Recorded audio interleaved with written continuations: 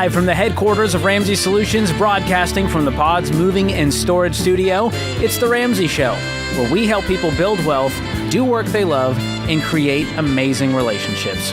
I'm Ramsey personality George Camel, joined this hour by the Rachel Cruz, who is also my co-host on Smart Money Happy Hour. That's right. Which we're having a blast with. Appreciate all of you listening to that, subscribing, sharing with friends. We just released one about 90s nostalgia and how they're coming for our wallets with it.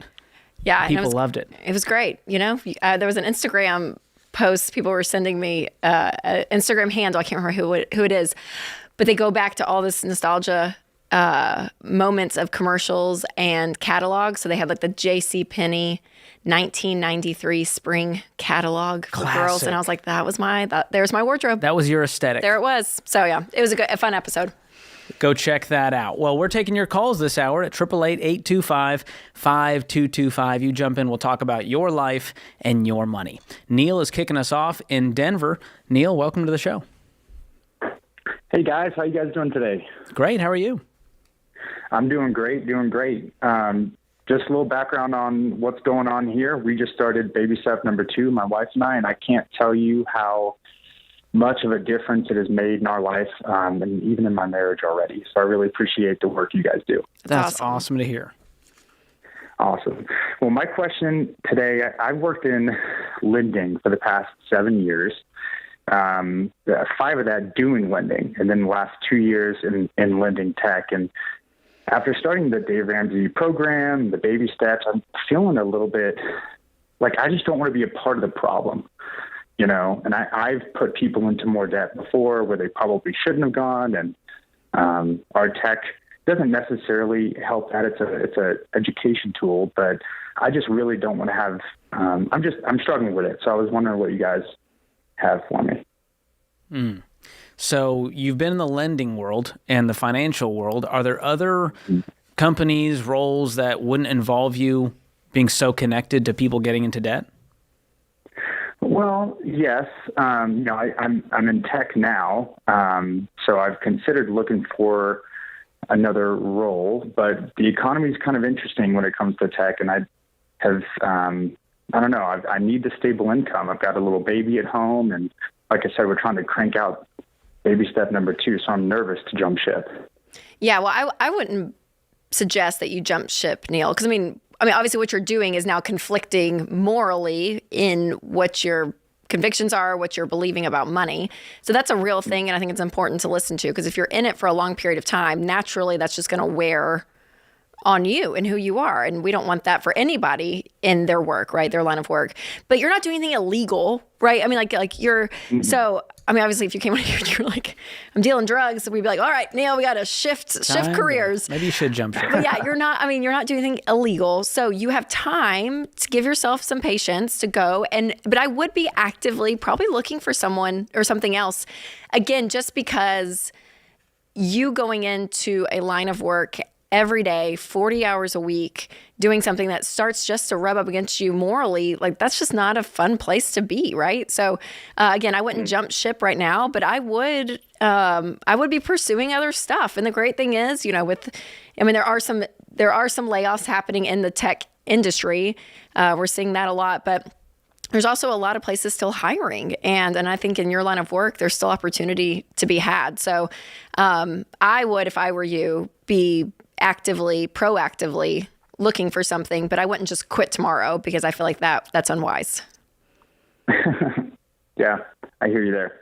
I'm going to send you Ken Coleman's Get Clear assessment, because I think it will help you go, all right, it really isn't lending that I'm all about. I really love helping people do X, Y, Z. I can go work in the tech space, but not in the finance space. Or I can go work in the finance space, but not be a part of the lending section. And so the thing with banking, banks make money from debt products largely. And so anywhere in the fintech space, you're going to have this moral issue. And so I think you also need to go, is there another line of work that I could do that's connected to the skills that I have that doesn't connect to the financial world? Yeah. I think it's definitely out there. Just got to find those opportunities. Yeah. We're rooting for you, man. Yeah, and for sure. Hang on the line. Austin will pick up, and we will make sure you get that Get Clear assessment from our friend Ken Coleman. All right, let's move on to Cassie in Huntsville, Alabama. Cassie, welcome to the show. Hey, thank you so much for taking my call. How are y'all? We're doing great. How can we help? Good. So I have a situation. I'm just trying to make sure that I am doing the right thing here. So basically my question is, should I sell my house and live in a camper until my husband and I can save enough money to pay for and build our home? So a little background there. I know that like campers, they depreciate, and we would buy one anyways later down the road. I am in nursing school, and I plan to do travel nursing, so we're going to need one regardless. But I don't know if I'm jumping the gun here. We are on baby step 2. We have about $32,000 in debt, and we have just over $100,000 in equity in our home. So we would use that to pay off our debt and then just pay for a camper. So how far away are you guys from actually buying this future house or building it? Well, just however long it would take us to save up, because if we do this, that would be it. No more debt whatsoever. So we would just work on saving $250 maybe to build. My worry is that this sets you backwards instead of forwards, because the camper goes down in value. You sell your house, which is appreciating in value. And so by the end of this thing, you're actually down instead of up. What if you just stayed in the house, stayed put, paid off your consumer debt, get through nursing school, and then we can see where we're at financially? Yeah, Cassie, how old are you guys? I'm 22 and my husband is 23. Okay. And how much do you guys make a year?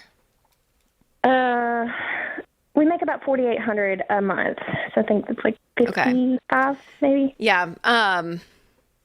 Yeah, I would probably slow down a little bit. I think when you said, am I jumping the gun? I kind of feel like you might be. I think that it's a great goal to have, and I think a very realistic one for you guys in the future. But I think you have a couple of steps ahead of you before I would jump to selling your home right now. I think paying off this consumer debt, like George said, and if you get into travel nursing too, that pays really well. And so you'll be able to even knock out that consumer debt if you still have some going into that new job. And so I would focus on all of that, get an emergency fund in place, save up a down payment. Or I guess if you guys, are building the construction loan and going through that whole process. But I wouldn't be in a rush to do it right now, Cassie. I think it's a great 5-8 year goal maybe to look out there. But I think you would be rushing some of the progress that could be made. And like George said, you could end up actually financially backwards if you do this. So I would stay in the home, pay off the consumer debt, get an emergency fund, get in a great financial position to get a down payment, the construction loan, and go from there. I like that. Slow is usually the best path and the most frustrating.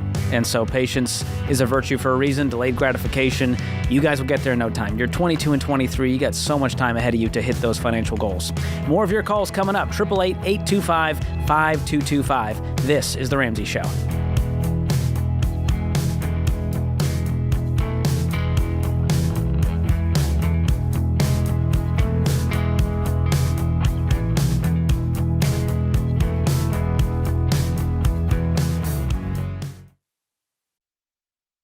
If you're like most people, your home is your most valuable asset. And when you want to make improvements, it can feel like everything costs too much or takes too long. But something as simple as custom window coverings from Blinds.com can completely change your space and add value to your home. We've recommended Blinds.com for over a decade, so you know you can trust them. From blinds, drapes, and shutters to motorized shades, they make it easy and affordable to upgrade your entire home, and their team is ready to help with everything from design consultation to measuring and installation. Plus, there are never any misleading quotes or hidden fees. Everything's backed by their 100% satisfaction guarantee, and shipping is always free. See why Blinds.com is the #1 online retailer of custom window coverings. Go to Blinds.com now and save 45% off selected products. Visit Blinds.com today for more info.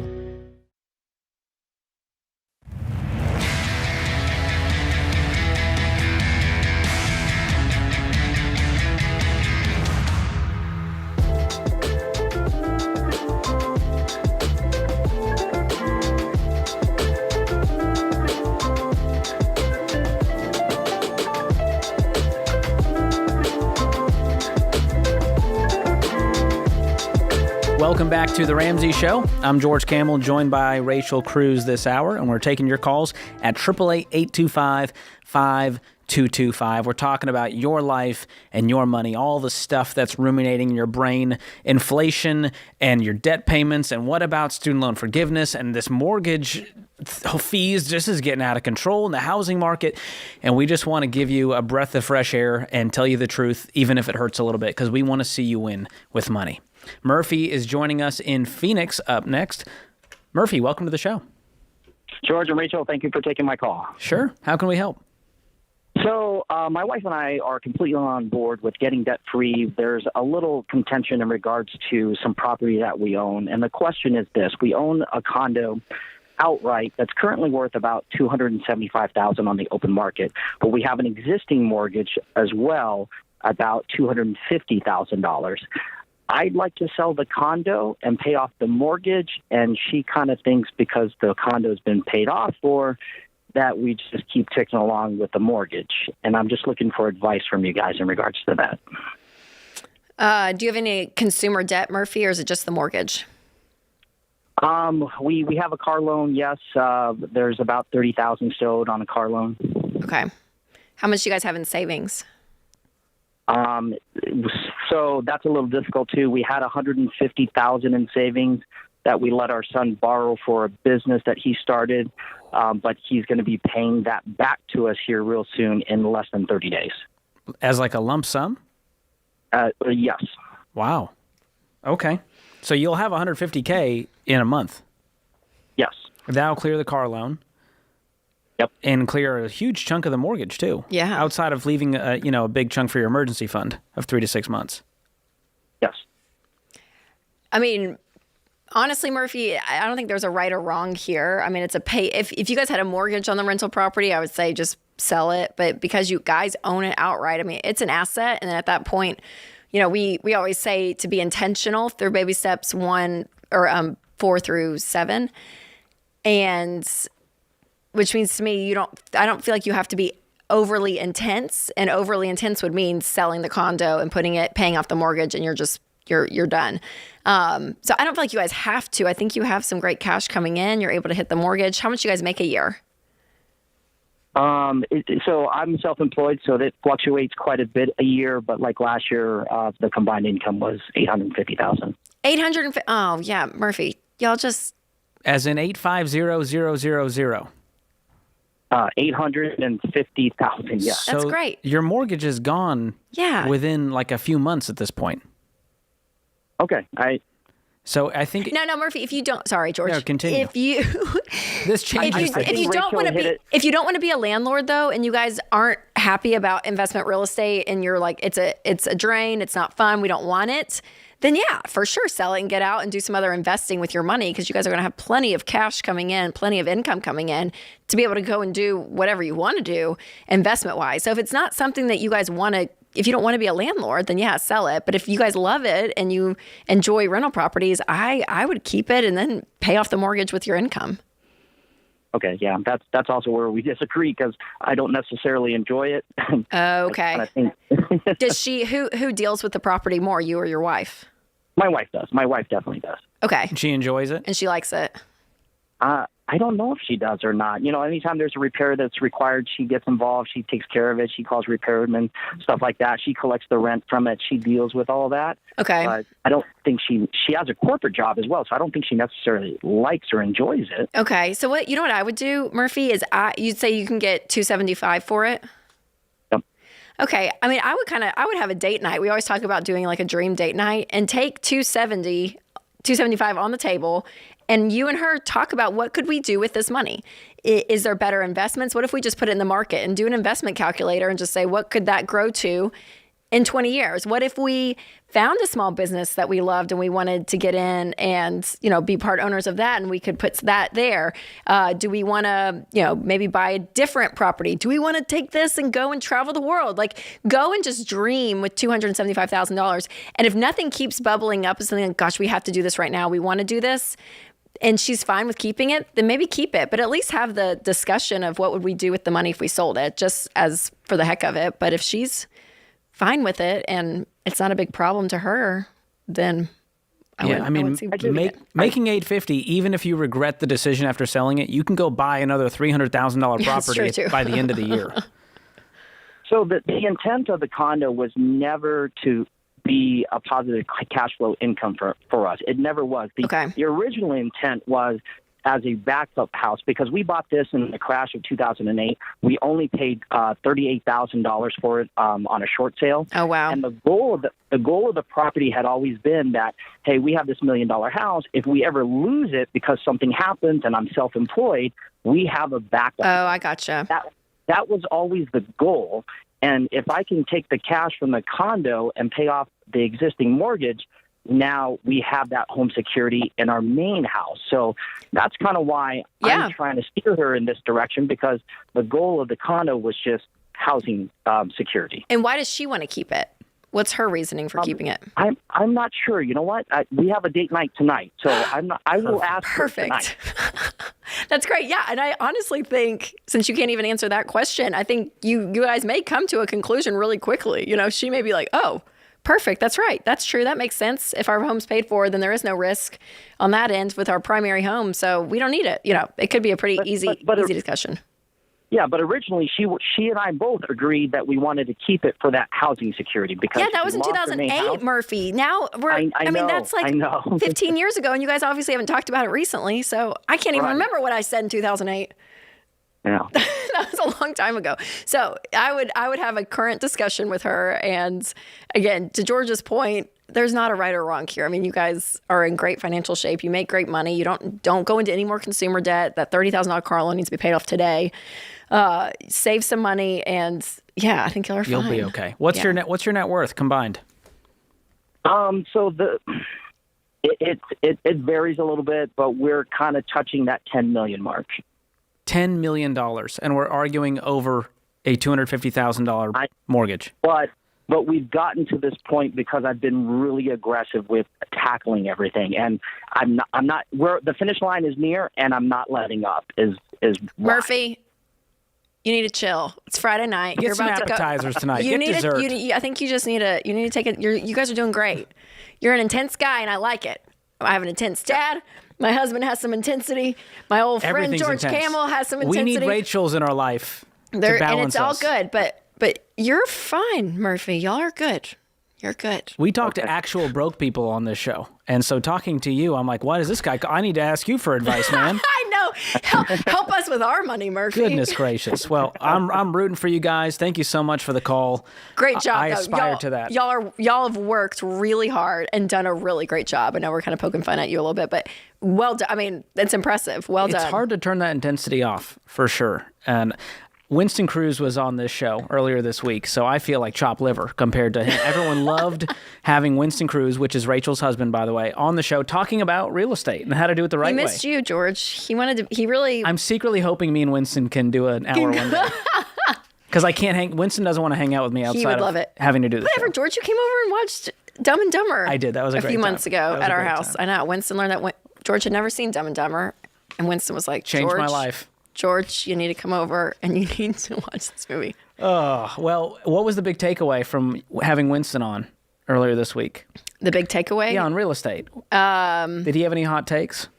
Yeah, I mean, he did great kind of processing with some of the callers through there. I think the biggest thing is if you're doing investment real estate while you still have other risk, whether that's a mortgage on your primary home and other things, it's not worth it in the long run, because usually the cash flow that comes in from the rental doesn't really doesn't have a big weight because of everything else you have to do with it. So if you think it's kind of this get rich quick, if I own this, I'll be great.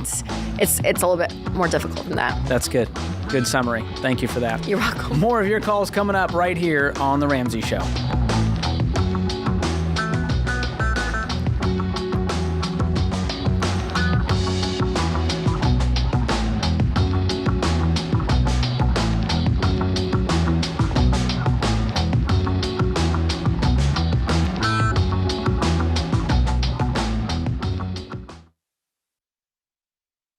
Y'all, there's a lot you can't control when it comes to healthcare, but there is something you should check out that can help. Christian Healthcare Ministries. CHM is not insurance. It is budget-friendly, biblically based health cost sharing. That means a community of members helping share the burden of each other's healthcare costs. They help people just like you in all 50 states. So see if CHM could be right for your family. Learn more today at chministries.org/budget.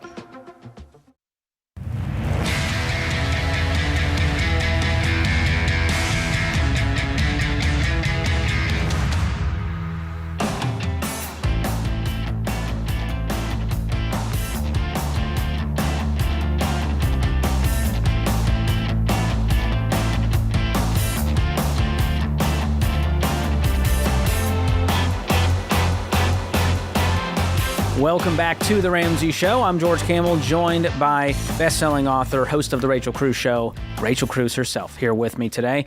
The number to call is 888-825-5225.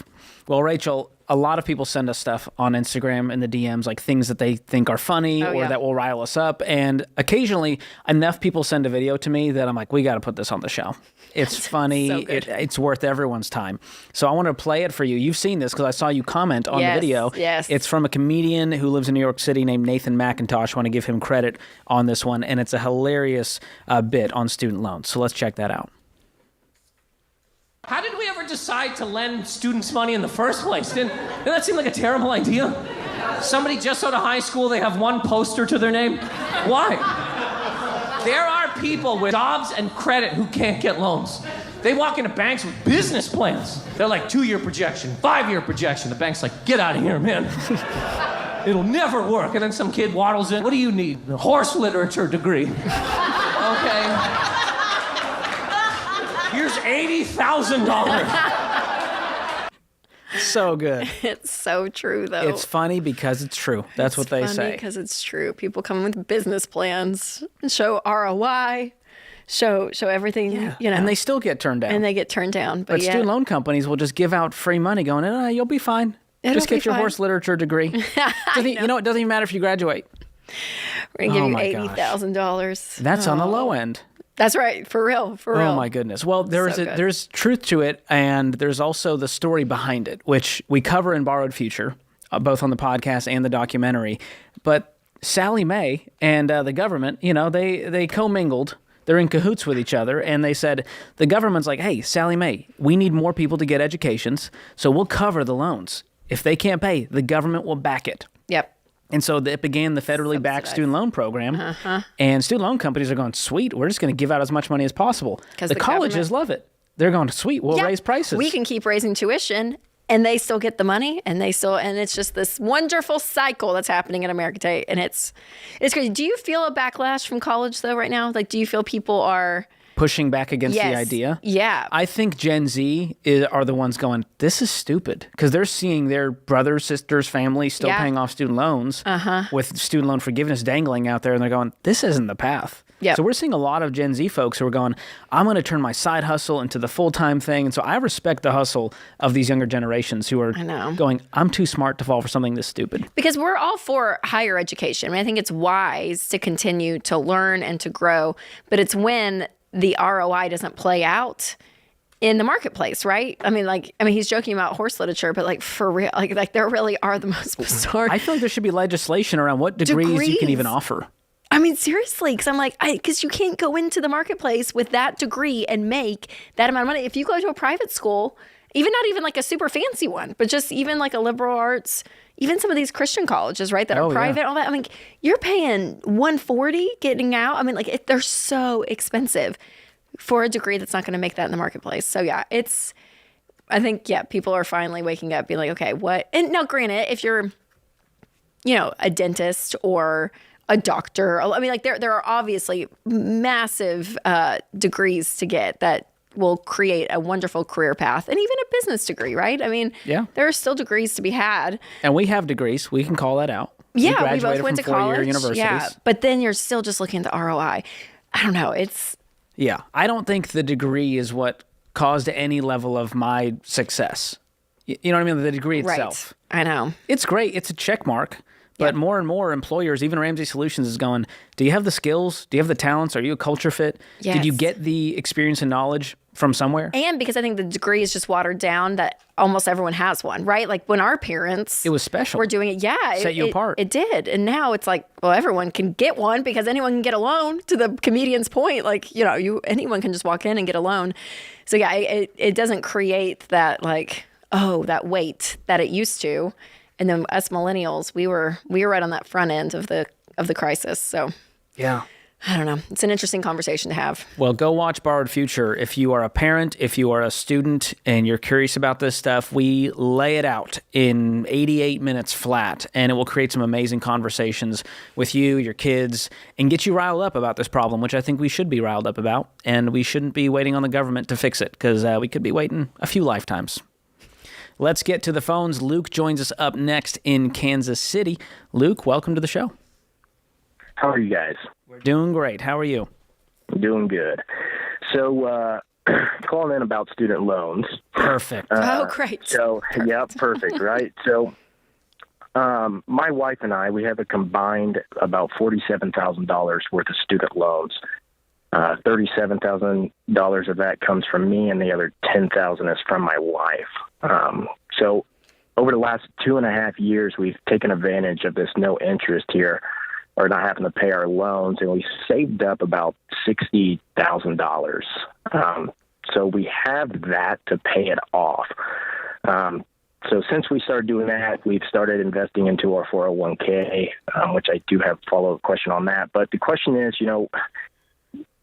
I don't want to rely on the government, and I don't necessarily agree that they should pay it off, but is it worth going ahead and throwing that money there and paying those loans off? Or, we've waited this long. Should we wait just a little longer to see if it actually happens or not? Luke, you know our answer. I know. I was afraid. What are you going to do with that money if you don't pay off the student loans?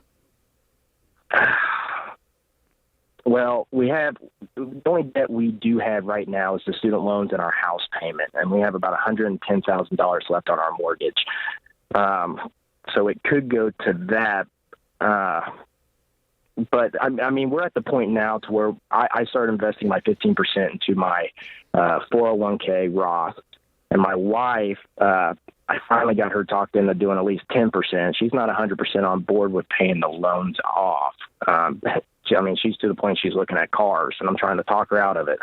So, So here's the thing, Luke. What we have found with people with debt, Scripture says the borrower is slave to the lender.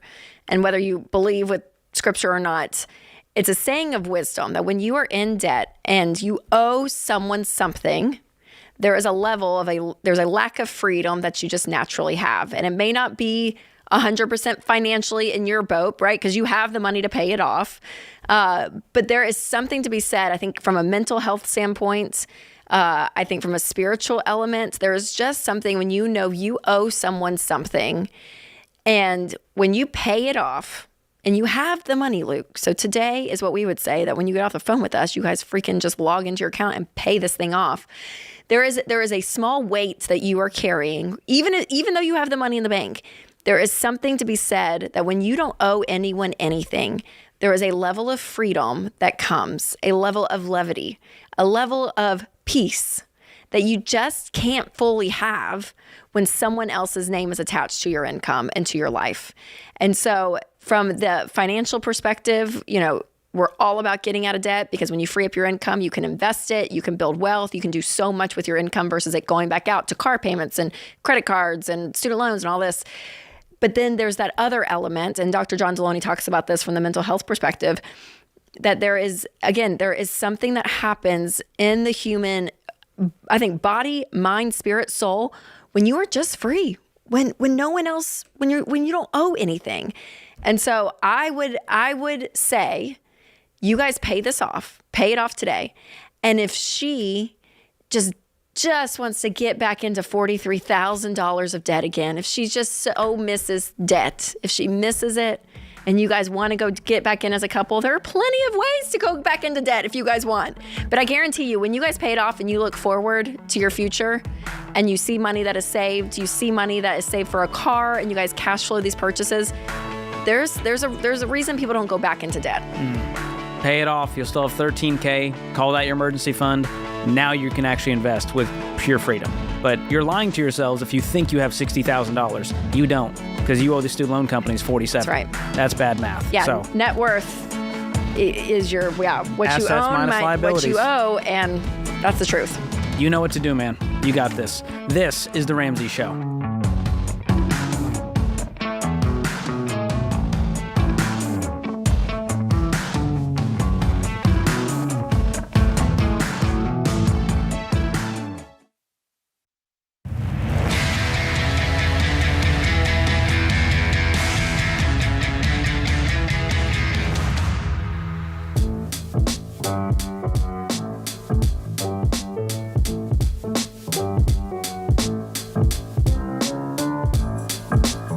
Welcome back to The Ramsey Show. I'm George Camel here with Rachel Cruz this hour, and we're taking your calls at 888-825-5225. You know what's interesting, George, is when you start to change the way you think about money and you actually start to win with money, those changes spill over to other areas of your life. So before you know it, you're not just out of debt, but your mental health, your job, your marriage, relationships start getting better. And that's what happens.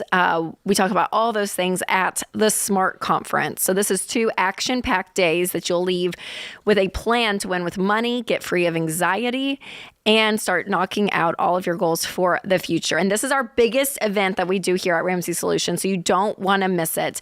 This is more than just money. This is about your entire life. And so we really say that this one weekend could change so much because there's so much content around your entire life. So we are actually going to have the SMART conference this fall in Chicago, which we are so excited about. So Chicago, Illinois, we will be there for the SMART conference weekend in September, the 15th and the 16th. So it's Dave Ramsey, Dr. John Deloney, George Camel, Jade Warshaw, Ken Coleman, and myself. We will be in Chicago for the SMART Conference weekend, and we would love to see you there.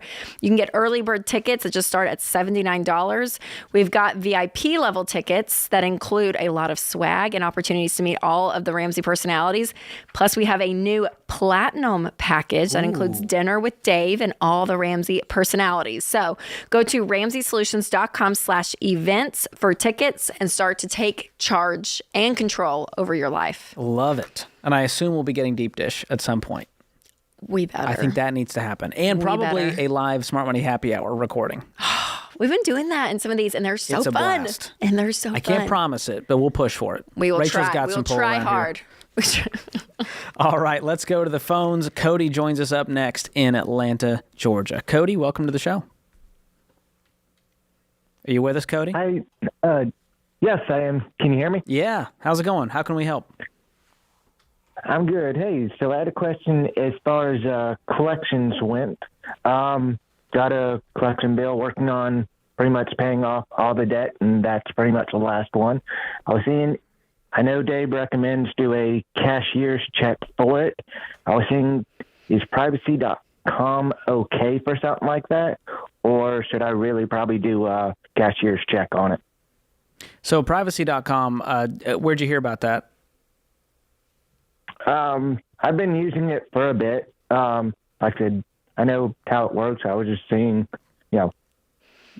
Well, I was curious because we've talked about it on this show. And producer James Childs is a fan too. But I can see that being a good tool because you can set limits on it. And so that's what you want to look out for is you don't want to give them just blind access to your account. And so you can set a limit where you say, hey, this is a one-time transaction. It creates a virtual debit card based on your actual debit card. So it's a lot safer and you can set those limits. So that would be a good modern way to do this. How much is the debt that's in collections? $725. $725? Yeah. Okay. Essentially, that's the last one. I have 2 other medical bills, and then me and my wife have no debt. I actually called you and Rachel actually a couple of months ago about selling the very nice car that I had bought. And you did it? Yes, I did, and bought another one in cash. So That's nice, awesome. Cody. It's fun to hear the Where Are They Now those who stories. don't They think actually it listen to works, us. It does. We're so shocked, honestly. We're like, no, they're not going to sell the car. Paid off. Nope, paid off the student loans too. I don't have those. I don't have to worry about, Good for you, That's Cody. awesome. And you have the money to pay off the collections debt today? Yep, and I still have above, a couple thousand in a emergency fund. Nice. And you're going to knock out those medical debts with some of that money? Yep, as soon as they're done processing. Yep. Man, that's awesome. Good for you, Cody. We're excited for you. Yeah. That's great. But that's totally cool. If you want to do privacy.com, just make sure you have those parameters on there to set limits. Okay, can I be ignorant for a second? You can. What is it? So it's a website, and I use it for like trial subscription things because it creates a virtual debit card. So it has totally different numbers than your debit card, but it's attached to your debit card. Okay. And you can set limits and say, hey, this is for one transaction only. You can only use this up to $100. This only works for the next 30 days. And so you can set a lot of cool parameters on this virtual debit card. And you use it for trials for subscriptions? Yeah, so websites where I'm because like, hey, you don't want to put I don't your want to debit forget. card. Yes. Or so sites I'm like, I don't want to put my actual debit card information. So it's great for actual data protection, fraud, things like that, because I can just shut down that card, delete it anytime I want. Yeah, yeah. So it's a really cool tool that people can use when shopping online for safety. Yeah. So I would use it across all online shopping. Interesting. Because there's a big fear out there. People go, I'm going to use my credit card, Rachel, because the debit card's not safe. That's your money if they take it. Yeah. So this card virtually is different. You can set all kinds of different parameters. Interesting. Okay. Who So knew? it's a cool tool. Not sponsored, but I think it's a pretty cool That's a good product. Yeah, I think for it's the awesome. modern Well, era. there's some great. That's what's funny about the financial products out there. There's some that are just terrible, and I feel like we talk about those on this show a lot to warn you all. Yes. And then there's those that are actually very helpful and useful. And there you go. Most financial products exist to sell you debt, and this one actually is for the debit card users out there. Yes. Keep us safe. Love it. All right, Andrew is in Providence, Rhode Island. Andrew, welcome to the show. Hi, guys. Thanks for taking my call. Sure. How can I help? So I'm on baby step 7. I'm 33 years old, and my wife and I are looking to build our future house. And I hired a real estate professional, got some numbers, and I'm GCing the project myself. And with all the numbers that I came up with, I'm going to be into the house for $975,000. That does not include the land. I paid for the land in cash. Awesome. So with that being said, I can't borrow more than $300,000 to stay within my 25% of my monthly income between my wife. And with the sale of my house at the bare minimum at $550,000, I'm going to be short roughly $125,000. The project is going to take roughly a year to build.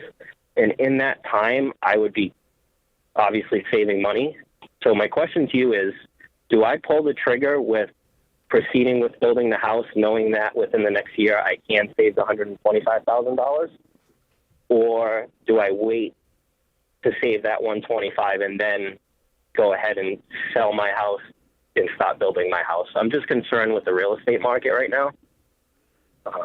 Yeah. How much do you make, Andrew? Between me and my wife, we're roughly $225,000 a year. And do you guys have a lifestyle that would support you saving $125,000 in a year? Yeah. So her and I are extremely frugal. We don't do anything. We don't have any car payments. We don't go out. It's our dream to build this house. And, within the last 6 years listening to you guys, I've paid my house off in cash, and I've paid a piece of land that was worth $225,000 in cash. So awesome. That's great. So when would you have to actually have any money due? Would you get a construction loan for this? Yeah, so I would pull out a construction loan, and I'd be borrowing $300,000. But I'd be short based off of the numbers. And the numbers that I came up with, I fluffed up. I have a spreadsheet, and I added a little bit onto each one just because I know things can change within a year, construction costs and whatnot. Yeah. And also the sale of my house, I went on the low end at $550,000. My real estate professional said roughly I could get anywhere between $550,000 and $600,000 on the high end. But that's not net of fees. Correct. Okay. Correct. Yeah. So we have to also factor that in. I mean, I feel like this is a little bit on the risky side. I might give it some pause until we're closer to that finish line, because right now you're battling, what if the housing market moves, and what about if I don't have the 125? What if our income changes?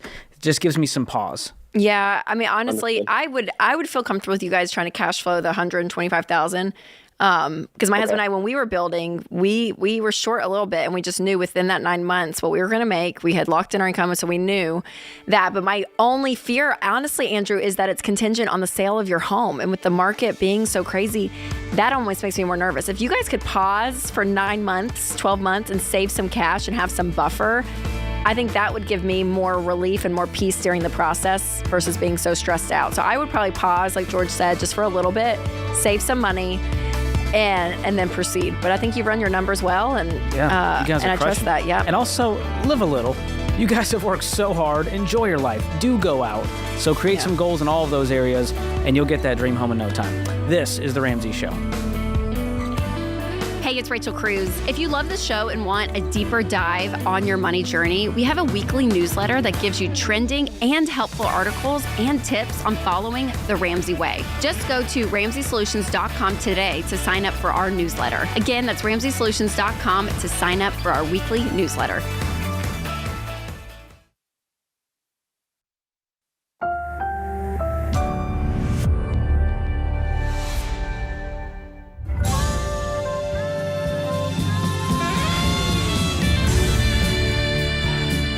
Live from the headquarters of Ramsey Solutions, broadcasting from the Pod's Moving and Storage Studio, it's The Ramsey Show, where we help people build wealth, do work that they love, and create amazing relationships.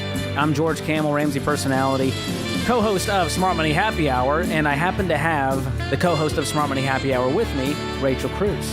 888-825-5225 is the number to call. You jump in, we'll talk about your life and your money.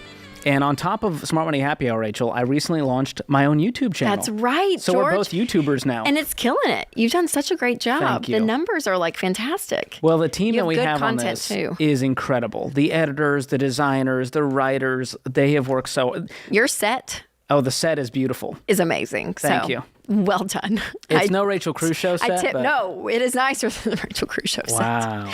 And I tip my hat to you, George. I think you. it's fantastic. Well, I'll have you on as a guest. Oh, thank you. I really appreciate Just that. right down the road, Just really, down the hall from Really yours. appreciate that. Thank you. So go check it out. I think we've got about 10 videos out there, and people are loving it. They're commenting on the editing, the humor. We're taking the Ramsey principles to 2028, and we are living in the future. We are in the future. So many memes. It's a good time.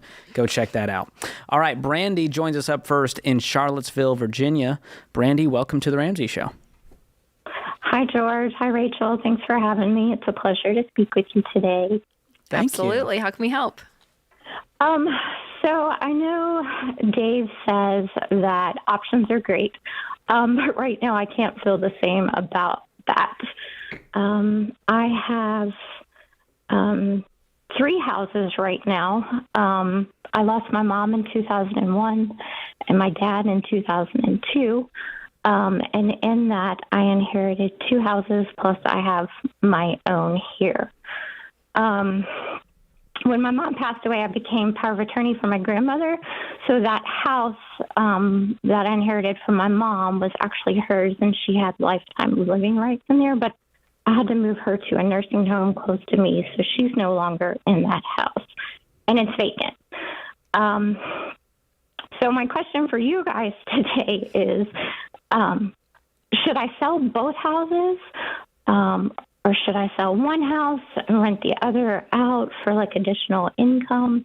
Because I do have a little bit of debt. I've been working on my smallest to largest. I don't know what or how to make a good decision. You know, everybody wants to tell you, oh, you should do this or you should do that. Like, I think I know, but I have so many feelings with both of these houses that... Yeah, they're sentimental to you, I'm sure. Yeah. Yeah, for sure. That plays into this. Do they have mortgages on them at all? So my dad's house does, and that's an hour away from me. My grandmother's house is 6 hours away.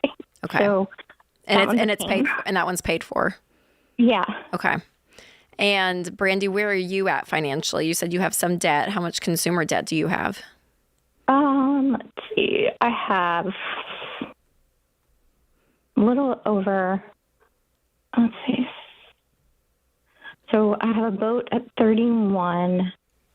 I have my car at 6,800. So it's about 30, let's just round it up, 40,000. 40,000. Okay. Do you have any savings, any cash in the bank? I do. Okay. How much do you have? Let's see. I have a high yield at 40,000. Okay.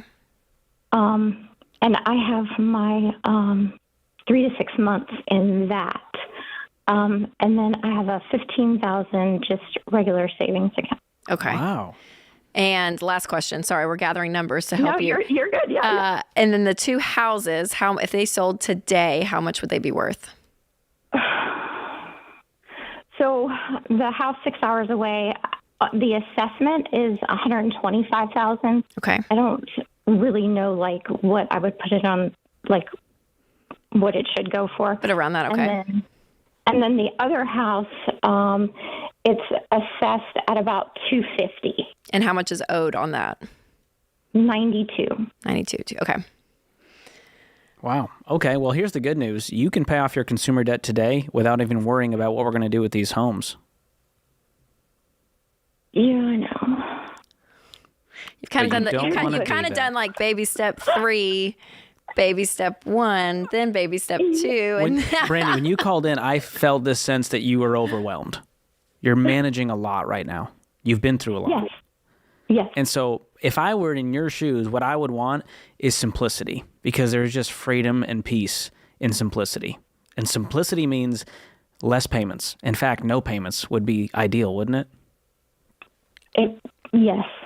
And so if you paid off your consumer debt, you would still have $15,000 in liquid cash, which is about half your emergency fund. So, and then listen to this, Brandy. And then what I would say, part B to that, if I were you, which I want to be sensitive because I can tell in your voice, it's a hard topic to talk about, but I would sell the homes. Not probably, I would. Do you want to be a landlord? Because the one is 6 hours away. And that's going to be we never ever really recommend being a long distance landlord. It's just not feasible. It adds way more stress to your life than blessing. And so I would sell that home. And then I honestly, unless you wanted to be a landlord, I would not keep that second home, your dad's home either. To George's points, when you cash all this out, George was writing down the numbers, so forgive me, I wasn't. But when you sell all of that, you have money in the bank, you're going to be able to pay off consumer debt. You're going to have a lot of cash available to you, Brandy, to be able to invest and possibly even pay off your current home. How much do you have in your current home? How much is owed? $246,000. Okay. So, I mean, you can I would see this as a continuation of their legacy. And it's so easy for us to put sentimental value in things, right? Homes or even actual tangible items. And I understand it absolutely. But I also think that these are becoming more of a burden to you and more of a heaviness than a blessing and levity. And so I think a beautiful thing to do for their legacy is that their legacy is not wrapped up in their homes, right? That is true for anyone, right? That is here, that our love and our memories and things our relationships are not tied to actual things, even though things can symbolize that. It is still just stuff. And so I think there's a really great, there's great progress that can be made for you, Brandy, from a stress standpoint. I would sell those 2 homes. I'd pay off your consumer debt, put that cash. You may have enough. I'm looking at the numbers. I think if she sold both, she could clear her mortgage with the money she has in the bank, clear her consumer debt, which means she could be completely debt free with no payments in the world. I think that's a beautiful thing, Brandy. That's what we would do if we were in your shoes. And you're going to have to grieve these homes being sold. But either way, someone living in that house, you're not going to like that either. You're going to go, that's my dad. That's not your house. Yeah. Don't do that. And so it's stressful either way, but I think there's less stress in having no payments in the world. So thank you for the call and trusting us with this question. This is The Ramsey Show.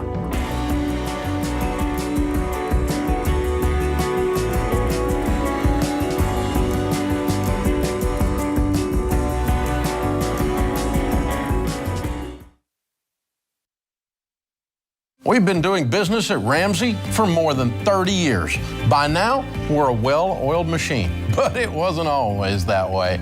Yes, we've always had a vision, always had determination, and a drive to help people. But what we didn't have was one central place to access all our numbers so that we could get further ahead or quickly see when we needed to pivot. We were always jumping back and forth between different systems and spreadsheets.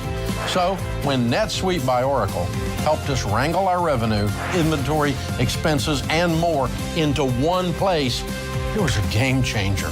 And NetSuite's #1 cloud financial system can help your business gain the same visibility, because businesses thrive on timely data. And NetSuite's real-time analytics can help your business have immediate access to your numbers daily, so you always know where you stand and you can move quickly. So go to netsuite.com/Ramsey today and set up a free product tour. That's netsuite.com/Ramsey.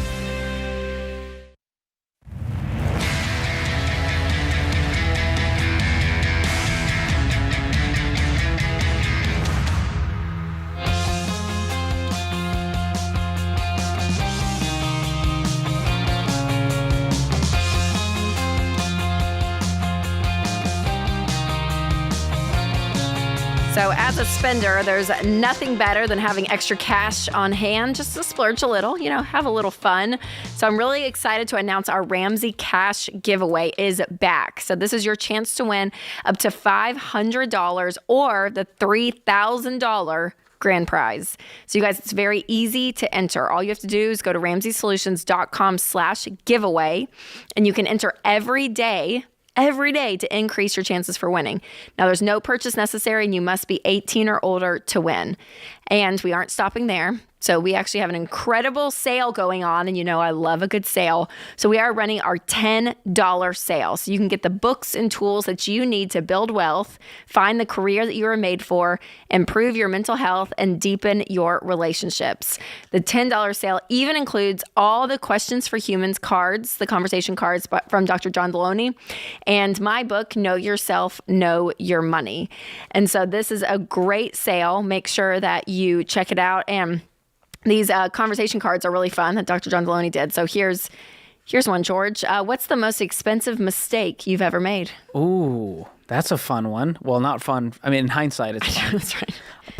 Going $36,000 into student loan debt is probably just by the numbers the most expensive financial mistake I've ever made. How about you? I don't know. I'm trying to think what have we done that was like that? Was so stupid. I'm trying to think of one with like zeros on the end. I know, because things coming to my head aren't like the most expensive, but we paid way too much for like landscaping light. I feel like we've done things that we were like that. You just overspent on it. Yes. I'm trying to think. I'm trying to come up with it. It makes you sick to your stomach. I know. So if you guys want to, again, check out any books or the conversation cards, go to RamseySolutions.com for the $10 sale. Make sure to check it out. Love it. Well, Rachel, the housing market has been a huge topic of discussion, and millennials and Gen Z are feeling real defeated right now. If you're a renter out there and you're going, I want to own a home one day. And we got this article that was interesting because we've talked about home ownership as a part of your wealth building strategy. And USA Today published this headline, Why It Pays to Buy a House. Homeowners become 40 times wealthier than renters in the past decade. And so it goes on to say, low-income homeowners, those earning no greater than 80% of the median income, built $98,900 in wealth, while the middle income and upper income, they accumulated $122 to $150,000 in wealth. So that's a pretty shocking number. That's a big gap between those low-income to high-income homeowners. And it says over a long period of time, homeownership is a solid path towards building wealth.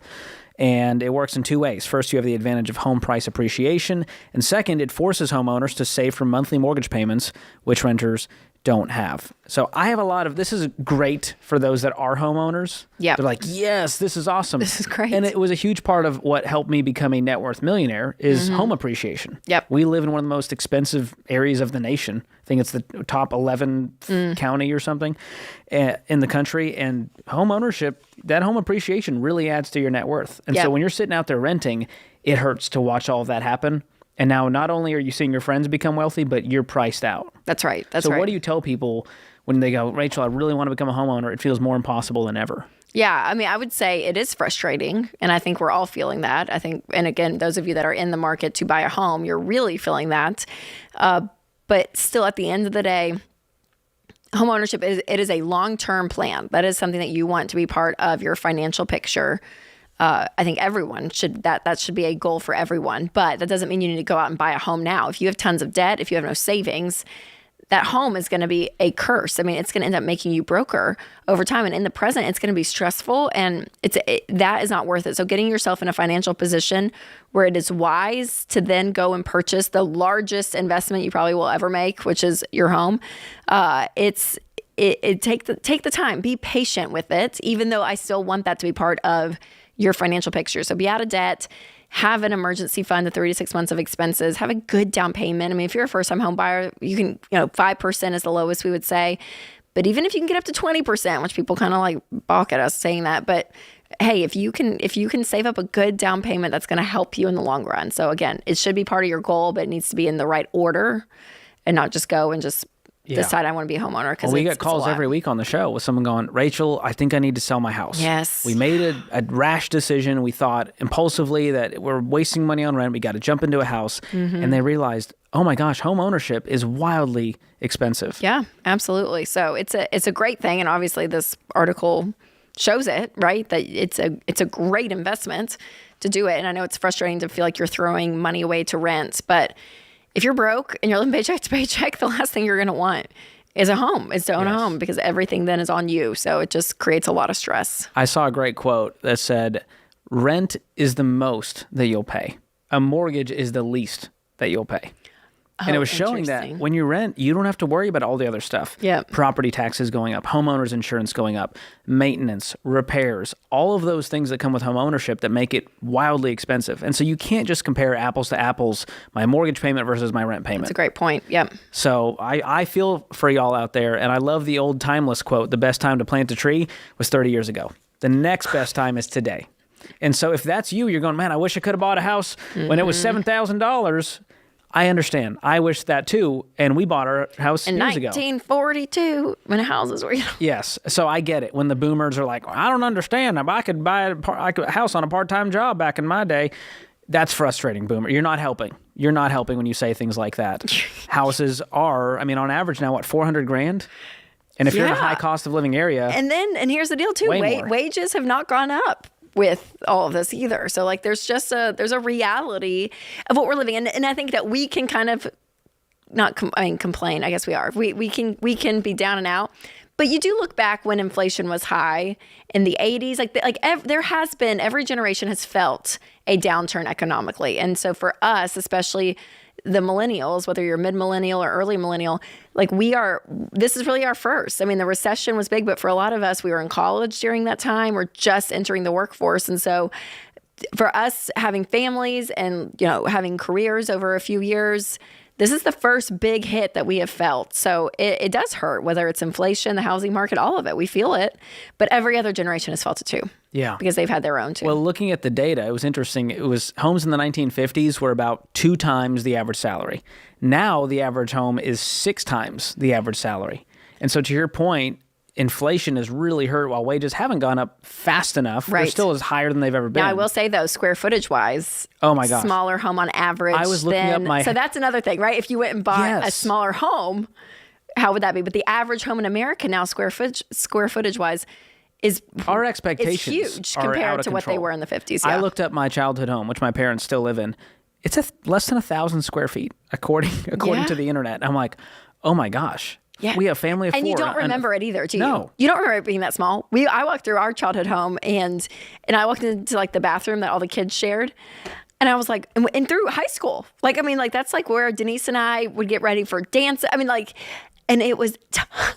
Like, how did we survive Tiny. this? And I just thought, but I never thought that. I mean, like when you're in it, so now it's like it doesn't have a double vanity. So parents no out there, you're not harming your children. You're not harming your children. Yes. If you don't have this massive so here's what that room tells me. and all that. Reset your expectations. Maybe you get into a small condo or a townhome for now, and you don't need a 4,000 square foot home for your first home. So step into it slowly, and you will get there. And if you are looking to buy a home, you got to work with a pro. This is a big one, Rachel. People make the mistake of going, I could do for sale by owner. I'm not going to use a professional. My Uncle Larry just got his license. Do this the right way. That's right. And we have an entire network of Ramsey trusted ELPs. Those are real estate pros in your area who can help you with this process. They sell a whole bunch of homes. They know how to strategize and get you the best deal. And if you're looking to sell, they can help with that as well. And they are marketing pros in that arena. So I feel for you guys out there who are renting, but renting is not a sin. You're doing the right thing.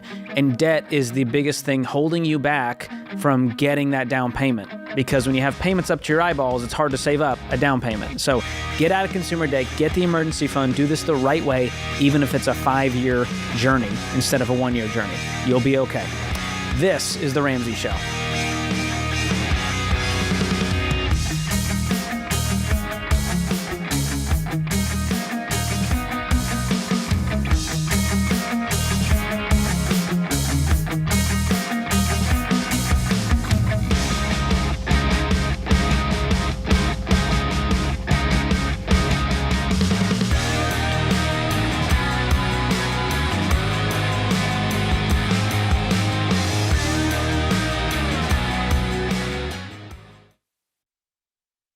Buying a home is one of the biggest decisions of your life. You need a partner like Churchill Mortgage. Churchill is one of the highest rated lenders in the country, and they're Ramsey trusted because they do what's right for you. Churchill works with you to build a mortgage the Ramsey way, one that doesn't bust your budget, sets you up for financial success, and helps you get out of debt faster. Go to churchillmortgage.com today and get started.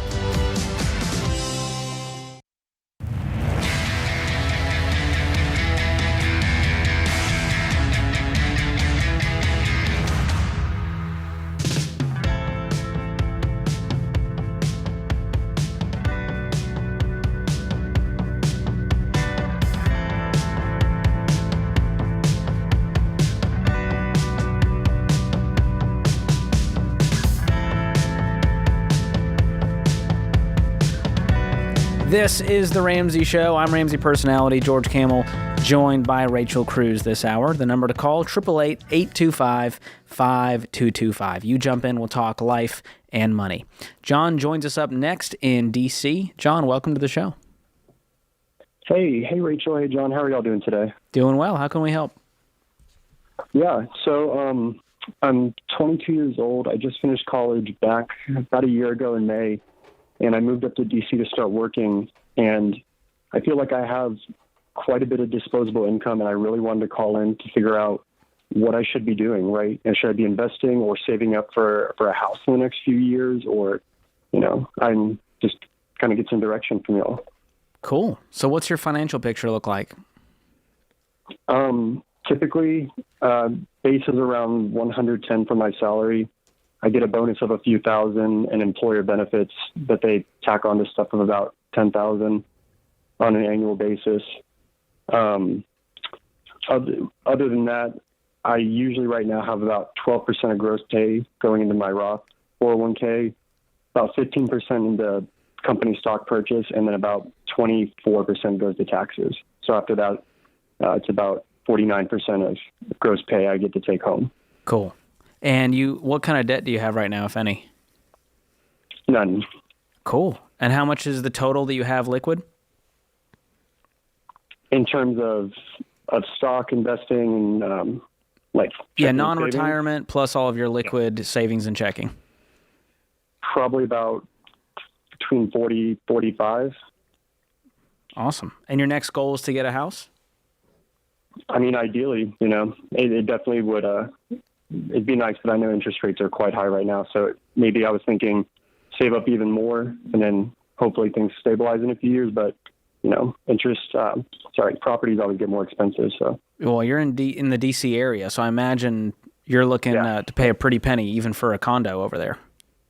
Yeah, if anything, I'd try to wait and go back to Virginia or North Carolina, where it's closer to family for me, and buy there instead. Okay, so you won't be in DC for a long period of time, for the long term. I would say probably not more than 2 or 3 more years. Okay. Yeah, well, if that's the case, then John, I would not buy something, obviously, then 2 or 3 more years as you finish out your job there or whatever it is that's keeping you there. And then when you decide I want to settle down in an area, that's when I would probably pull the trigger. And by that point, John, I mean, you'll have 6 figures saved. Yeah, you'll have some great money saved up for a down payment at that point. Yeah, that's kind of the thought process I've been having. So I would just put that savings on. If I were you, since you know it'll probably be 2 to 3 years, I would just do a high yield savings account. Yeah. And put the cash there. Mm-hmm. And when it's time for the down payment, to take it out versus putting it in the market, just because of it being such a short term, right? 2 to 3 years of a goal. Just make sure that you're not putting the market's volatility. It's just, I mean, I don't know. I feel like it's always a little risky if you know within 2 to 3 years that you're going to be spending that money. Yeah. Well, in high yield savings accounts, the rates right now are so good. They're so good. That's I'm so jealous. True. Like when we were saving for our house, it was at, I think, 2% with some bonuses, and I was freaking out that we were getting 2% on a savings account. Now you can get 4% or higher. Yeah, it's crazy. Yep. So I would just sock it away there. Make sure you leave your 3 to 6 months emergency fund separate from the home down payment fund. So anything beyond that emergency fund becomes your down payment, and set a goal for it of, hey, the house is probably going to be $700,000. I want to save up $200,000. You run the numbers, stick to a 15-year fixed. That's no more than a quarter of your after-tax income. So you don't include your investments or your health care in that. Just after Uncle Sam takes his cut, what would be left over each month, and take a quarter of that. Cool. I appreciate it, y'all. Thank you. Absolutely. Great job, John. 22 years old, crushing the game. I know. Well done. Wise beyond his years. Well done. All right, Rachel, it's time for our question of the day, and it's brought to you by Neighborly, your hub for home services. If you're moving, you've got a long list of to-dos, but Neighborly has local pros like Housemaster, 5-Star Painting, Window Genie, and Junk King to check items off that list. Visit neighborly.com today to schedule home service experts near you. And today's question comes from Charlene in Georgia. I'm currently on the market for a new to me car.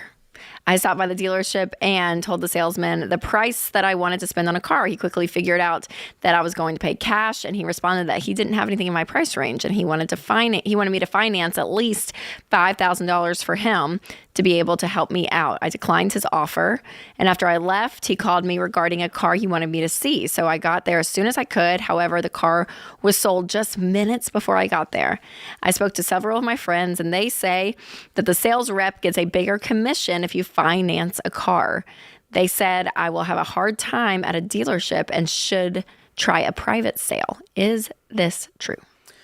Well, I can tell you anecdotally that it can be true. Like they experience, dealerships do make a lot of their money on financing, and they can just refuse to sell you a car if they're scummy and go, oh, you're paying cash? Never mind. Or they go, oh, you're going to have to pay an extra $3,000. That price was for folks who are financing. And so not all dealerships are created equal. I will say that. So I would try to find an independent dealership, a used car dealership versus one of these new car dealerships to try that. You could also go the private sale route. And either way, I'm going to do a pre-purchase inspection. It'll cost you about $100. Go to the mechanic of your choosing, have them look it over. It's worth every penny to know that you're not about to get screwed. And here's the thing. When you go and tell them, they say, how do you plan on paying today? That's always a question they ask up front to figure out if for financing. So I don't think it's unethical to just go, I haven't decided yet.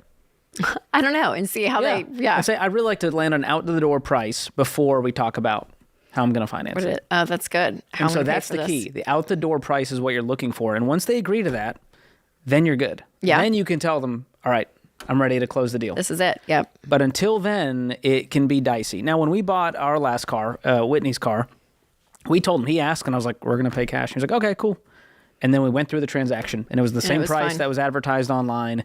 They didn't try to pull a fast one on us. I don't think I realized that. Maybe that's being naive, but I feel like every car that we've bought, You just pay the price I think so. that was listed at? Yeah. Yeah. I didn't know with cash. I didn't know that if you're a cash purchaser, they will like jack up the price. Lately, they've been doing that with how crazy the car market's been, which is not cool. But we know that car dealerships make most of their money from financing. For sure. Versus the spread on the car. Of cash, yep. So it is frustrating out there, but it's not a deal breaker. I would just literally not go to that dealership and go, all right, I'm going to take my business elsewhere. That's right. And the key here too, George, is cash.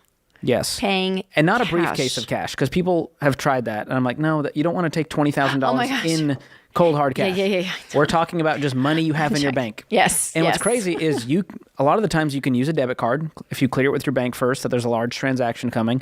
You can also do a cashier's check or a money order. Yeah. And you can take that cashier's check, and if the price ends up being a little more, you can cover the difference with cash or your debit card. Yep, absolutely. But it's the car loan part of our job when we talk to people that have taken money, they've taken out a loan to pay for a car. It is one of the more frustrating debts, I think, because your car is going down in value and you're paying interest on something that is going down in value. So and interest rates are sky high right now for cars. Yes. So it's wild. You guys, especially used cars, where you can pay cash. If you're going to be replacing your car, save up and pay for it. It may not be the most beautiful car in the world. It may not be your favorite car, but at least you're paying cash for it. So it's so frustrating because to America, it's like, it's our thing. We love our cars, and it says something about us. We have this like pride, this dignity in our cars. And I'm like, it's not worth the sleepless nights and the living paycheck to paycheck, or where that $700, $800, $900 car payment every month could be going for investing and actually letting that money work for you versus working for the bank. Absolutely. And people always come at us, Rachel, going, there's no such thing as a beater car. You can't find a car under $15,000. Yes, you can. Just go to any car, go to Auto Trader and then sort low to high within a 50-mile radius, and I promise you. Now, again, they're not going to be the most beautiful cars. No. It's probably going to be 10, 15 years old. It might have 100,000 miles. But guess what? Cars can go for like 300,000 or more. To a Honda Civic, Toyota Camry. Love a Civic. Love a Camry. I'm here for it, Rachel. Be smart. Don't go into debt for a car. I know it's a wild time and you think you deserve that car, but I think you need to earn it and just drive right now. Drive like no one else until you can drive like no one else. That's how it goes. This is The Ramsey Show.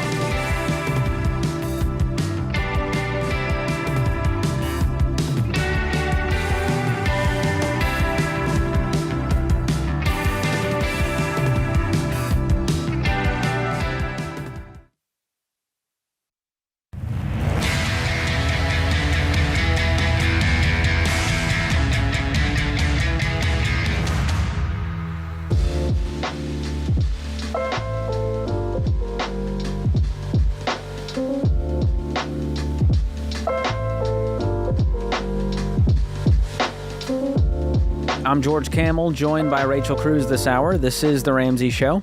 Open phones at 888-825-5225. If you've been listening to this show and you're confused maybe about some of the lingo we use, we're talking about the baby steps and gazelle intensity. Well, our team has created a really great tool so that you can dive deeper. And if you just go to RamseySolutions.com and hit the Get Started button, we will help you figure out the best next step for your financial journey based on exactly where you're at today. Just go to RamseySolutions.com and click on Get Started. Sandra joins us up next in Portland, Maine. Sandra, welcome to the show. Hi, George. Hi, Rachel. Thank you so much for taking my call. Absolutely. How can we help? Well, I just wanted to get your advice. Last year, my husband and I had to use some of our emergency fund to purchase a new car, well, a new to us car. And we've been investing and trying to replenish that emergency fund simultaneously. And it's taking us a little bit longer than we like. So my question is, in order for the process to go faster, we would stop the investing and just fully fund the emergency fund again. But we're nervous doing that. We're a little older. We're 47. We just started investing a couple years ago, and we don't want to stop. We really enjoy it. So we just wanted to get your take on it. If you think it's a big deal stopping for what would be maybe 4 months, 4 to 5 months, or just trying to do both of them at the same time. Well, to answer your question, Sandra, no, it is not going to be a big deal if you guys pause for 4 to 5 months. And in fact, if you guys had consumer debt, there's people your age that we tell to pause while they pay off debt, which could be a 2-year journey. So this is very, very short term. Okay, you are going to be totally fine. And I think it's more into your benefit right now, and then for the next 15 years, just to have cash stashed away in an emergency fund than your retirement right this moment, right? So kind of even more of the present, looking at taking care of that is going to be more beneficial to you to have cash available if something were to happen to you guys or your jobs or health or whatever it may be, that you have that money versus it sitting in a 401k. So having some of that emergency fund it's really big. That's why we have it at Baby Step 3. So I would pause. But also I would be curious, since it's just going to take you guys maybe 4 months, is there places in your budget that you can just cut or maybe earn some extra income or just do something to do that quickly? Because even there's a level of, it's just more annoyance of going to HR and going and having to pause your retirement, like the logistics. I just wonder if there's something y'all can do in the next 30, 60 days just to get it funded really quickly. Oh, I'm sure. I'm sure we could go back to what we were doing in Baby Step 2. But as you know, that was very hard, and we could do it, and we would if. Well, I think that's what's causing y'all not to have the emergency fund, though, Sandra. I think that you guys you're living like you're in Baby Steps 4, 5, and 6, but you're not there yet, and so that intensity still. I would push for that because you're technically still on Baby Step 3. Again, not for long. So even take a month or 2 months and do your every dollar budget and be like, okay, what if we paused all of our subscriptions? What if we didn't go out to eat? Like, yeah, for 60 days, what if we just pulled everything back, put all that extra cash, and then we can keep moving on? It's going to just be a blip, but it's going to be you guys saying, oh man, we're going to have to be uncomfortable for 60 days. Yeah. And here's the problem is people get comfortable when they're already investing and they still have some work to do on the debt or emergency fund side. So the reason I like pausing the investments is it will cause you to move faster because you've got a fire under you now to get back to investing because of how much you love it. So I like having something that is fueling me to keep going. I think we need that as humans for our psyche. Otherwise, we just love the comfort of going, we're fine, we're investing, we'll get the emergency fund when we get there, and then we're frustrated because we're not where we want to be. I mean, I'm curious, Sandra, are you guys on the more of the 3-month or the 6-month side that you're wanting to save for? We save on the 6-month side. Okay. So you guys have what saved now? 3 months? We have $13,000. So yeah, I think that's about half.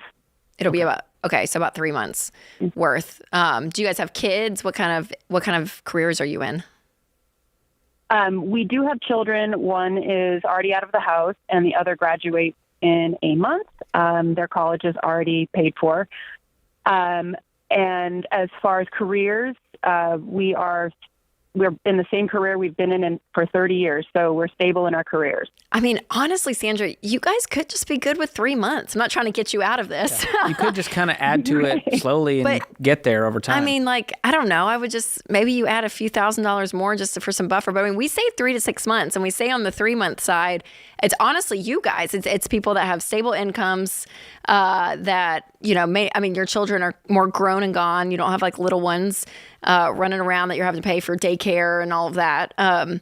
So the more stable your life is where you can lean more on that 3 month. 6 month is more, you have I always feel like if you're a young family with lots of kids, if your income is commission based and it could go up and down, if you're in a field of work that, maybe there's job, I don't know, it's a little bit more. Layoffs. Yeah, I don't know. You would lean more 6 months. So you guys may be just okay with the 3 months, Sandra. I think that. What's your household income? About 130. Okay. And what's in the nest egg currently? You mean in retirement? Yes. Well, we just started 2 years ago, so it's not a lot, but we have about $20,000 in our Roth, and I'm sorry, we have about $20,000, and that includes our Roth and my husband's 401k. That's great. Cool. And you're going to still, you guys are still young, so you've got another, 15, 20 years of career to keep investing and keep moving, and you're going to pay off the house and be able to invest even more then and do catch-up contributions. Yeah, that's the plan. So I would map it out. Thank you so much. Yeah. I would look towards that future, and you can use our investment calculator at RamseySolutions.com. Get with a SmartVestor Pro on our website in your area, a financial advisor who can walk you through this and give you some peace. Because right now it just feels like we haven't been investing and we're not going to be able to retire versus just putting it all on paper and going, if we just stay this path and follow these baby steps, what will happen? Yeah. And my guess is you're going to be baby steps millionaires. You'll be fine. And you'll be fine in retirement with a paid-for house and probably $1 million in the bank. That makes me feel good. Great job, Sandra. Yeah. You're doing great. Should we try to take a quick one here, Rachel? Yep. All right, Tommy, let's get to him in Hartford, Connecticut. What's going on? All right, I'll be quick for you. So here's the little lowdown. My wife and I make a household income of about $340,000. We just got married about 3 months ago, and we're looking to purchase our first home. Awesome. Say it again? Congratulations. Oh, thank you. Thank you. So my question would be, would you recommend buying a house for about $525,000, but we need some cosmetic updates and like some painting and just some other minor tweaks? Or would you recommend going into paying a little bit more, like $625,000 for a more move-in ready house that's more prepared for like a family? I guess my question would be like, what would you suggest doing, and what would be more valuable to resell in about 7 to 10 years if we decided to maybe upgrade a home? Well, that's very dependent on the area specifically of those houses. How much do you guys have saved currently? All in the same area. Same area, okay. So your income's $340,000. How much do you guys have saved currently for the down payment? We have in savings. We have about $100,000. Okay. So my guess is if you're going to do a 15-year fixed, which is the only one I'd recommend, where the payment's no more than 25% of after-tax income, how much down payment would you need on, let's say, the fixer-upper? We would need roughly 85 to 90, probably. Down payment? Down payment. So probably like 140. Okay. So we're $40,000 away from the cheaper house, and then how much more to get the move-in ready house? That'd be about 170, most likely. Okay. So there's the gap to me is what's the time difference between the two, and which one do we want more, and are we willing to wait to save up the higher amount? Okay. I don't think there's a right or wrong here, Rachel. No, I don't. Yeah, I think it's whatever you guys want. It's probably the difference with a few months making $340,000. Yeah, and honestly, usually your newer homes, there's less to do, less maintenance from a traditional sense. More. Yeah, so I would almost lean that if it's just a $30,000 difference for you guys to save. But I like that's where I lean. But I think maybe the old house has character and you guys love that look, and it's kind of just a preference. Yeah. But make sure you do it with those parameters, and you'll be all right. Thanks so much for the call. That puts this hour of The Ramsey Show in the books.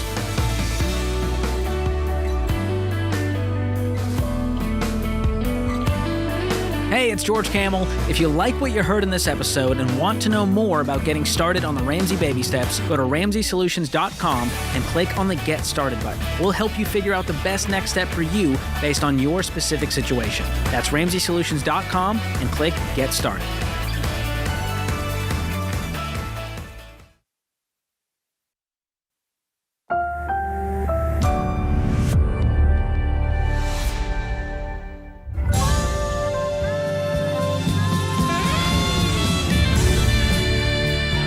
Live from the headquarters of Ramsey Solutions, broadcasting from the Pod's Moving and Storage Studio, it's The Ramsey Show, where we help people build wealth, do work that they love, and create amazing relationships. I'm George Campbell, joined by Rachel Cruz this hour.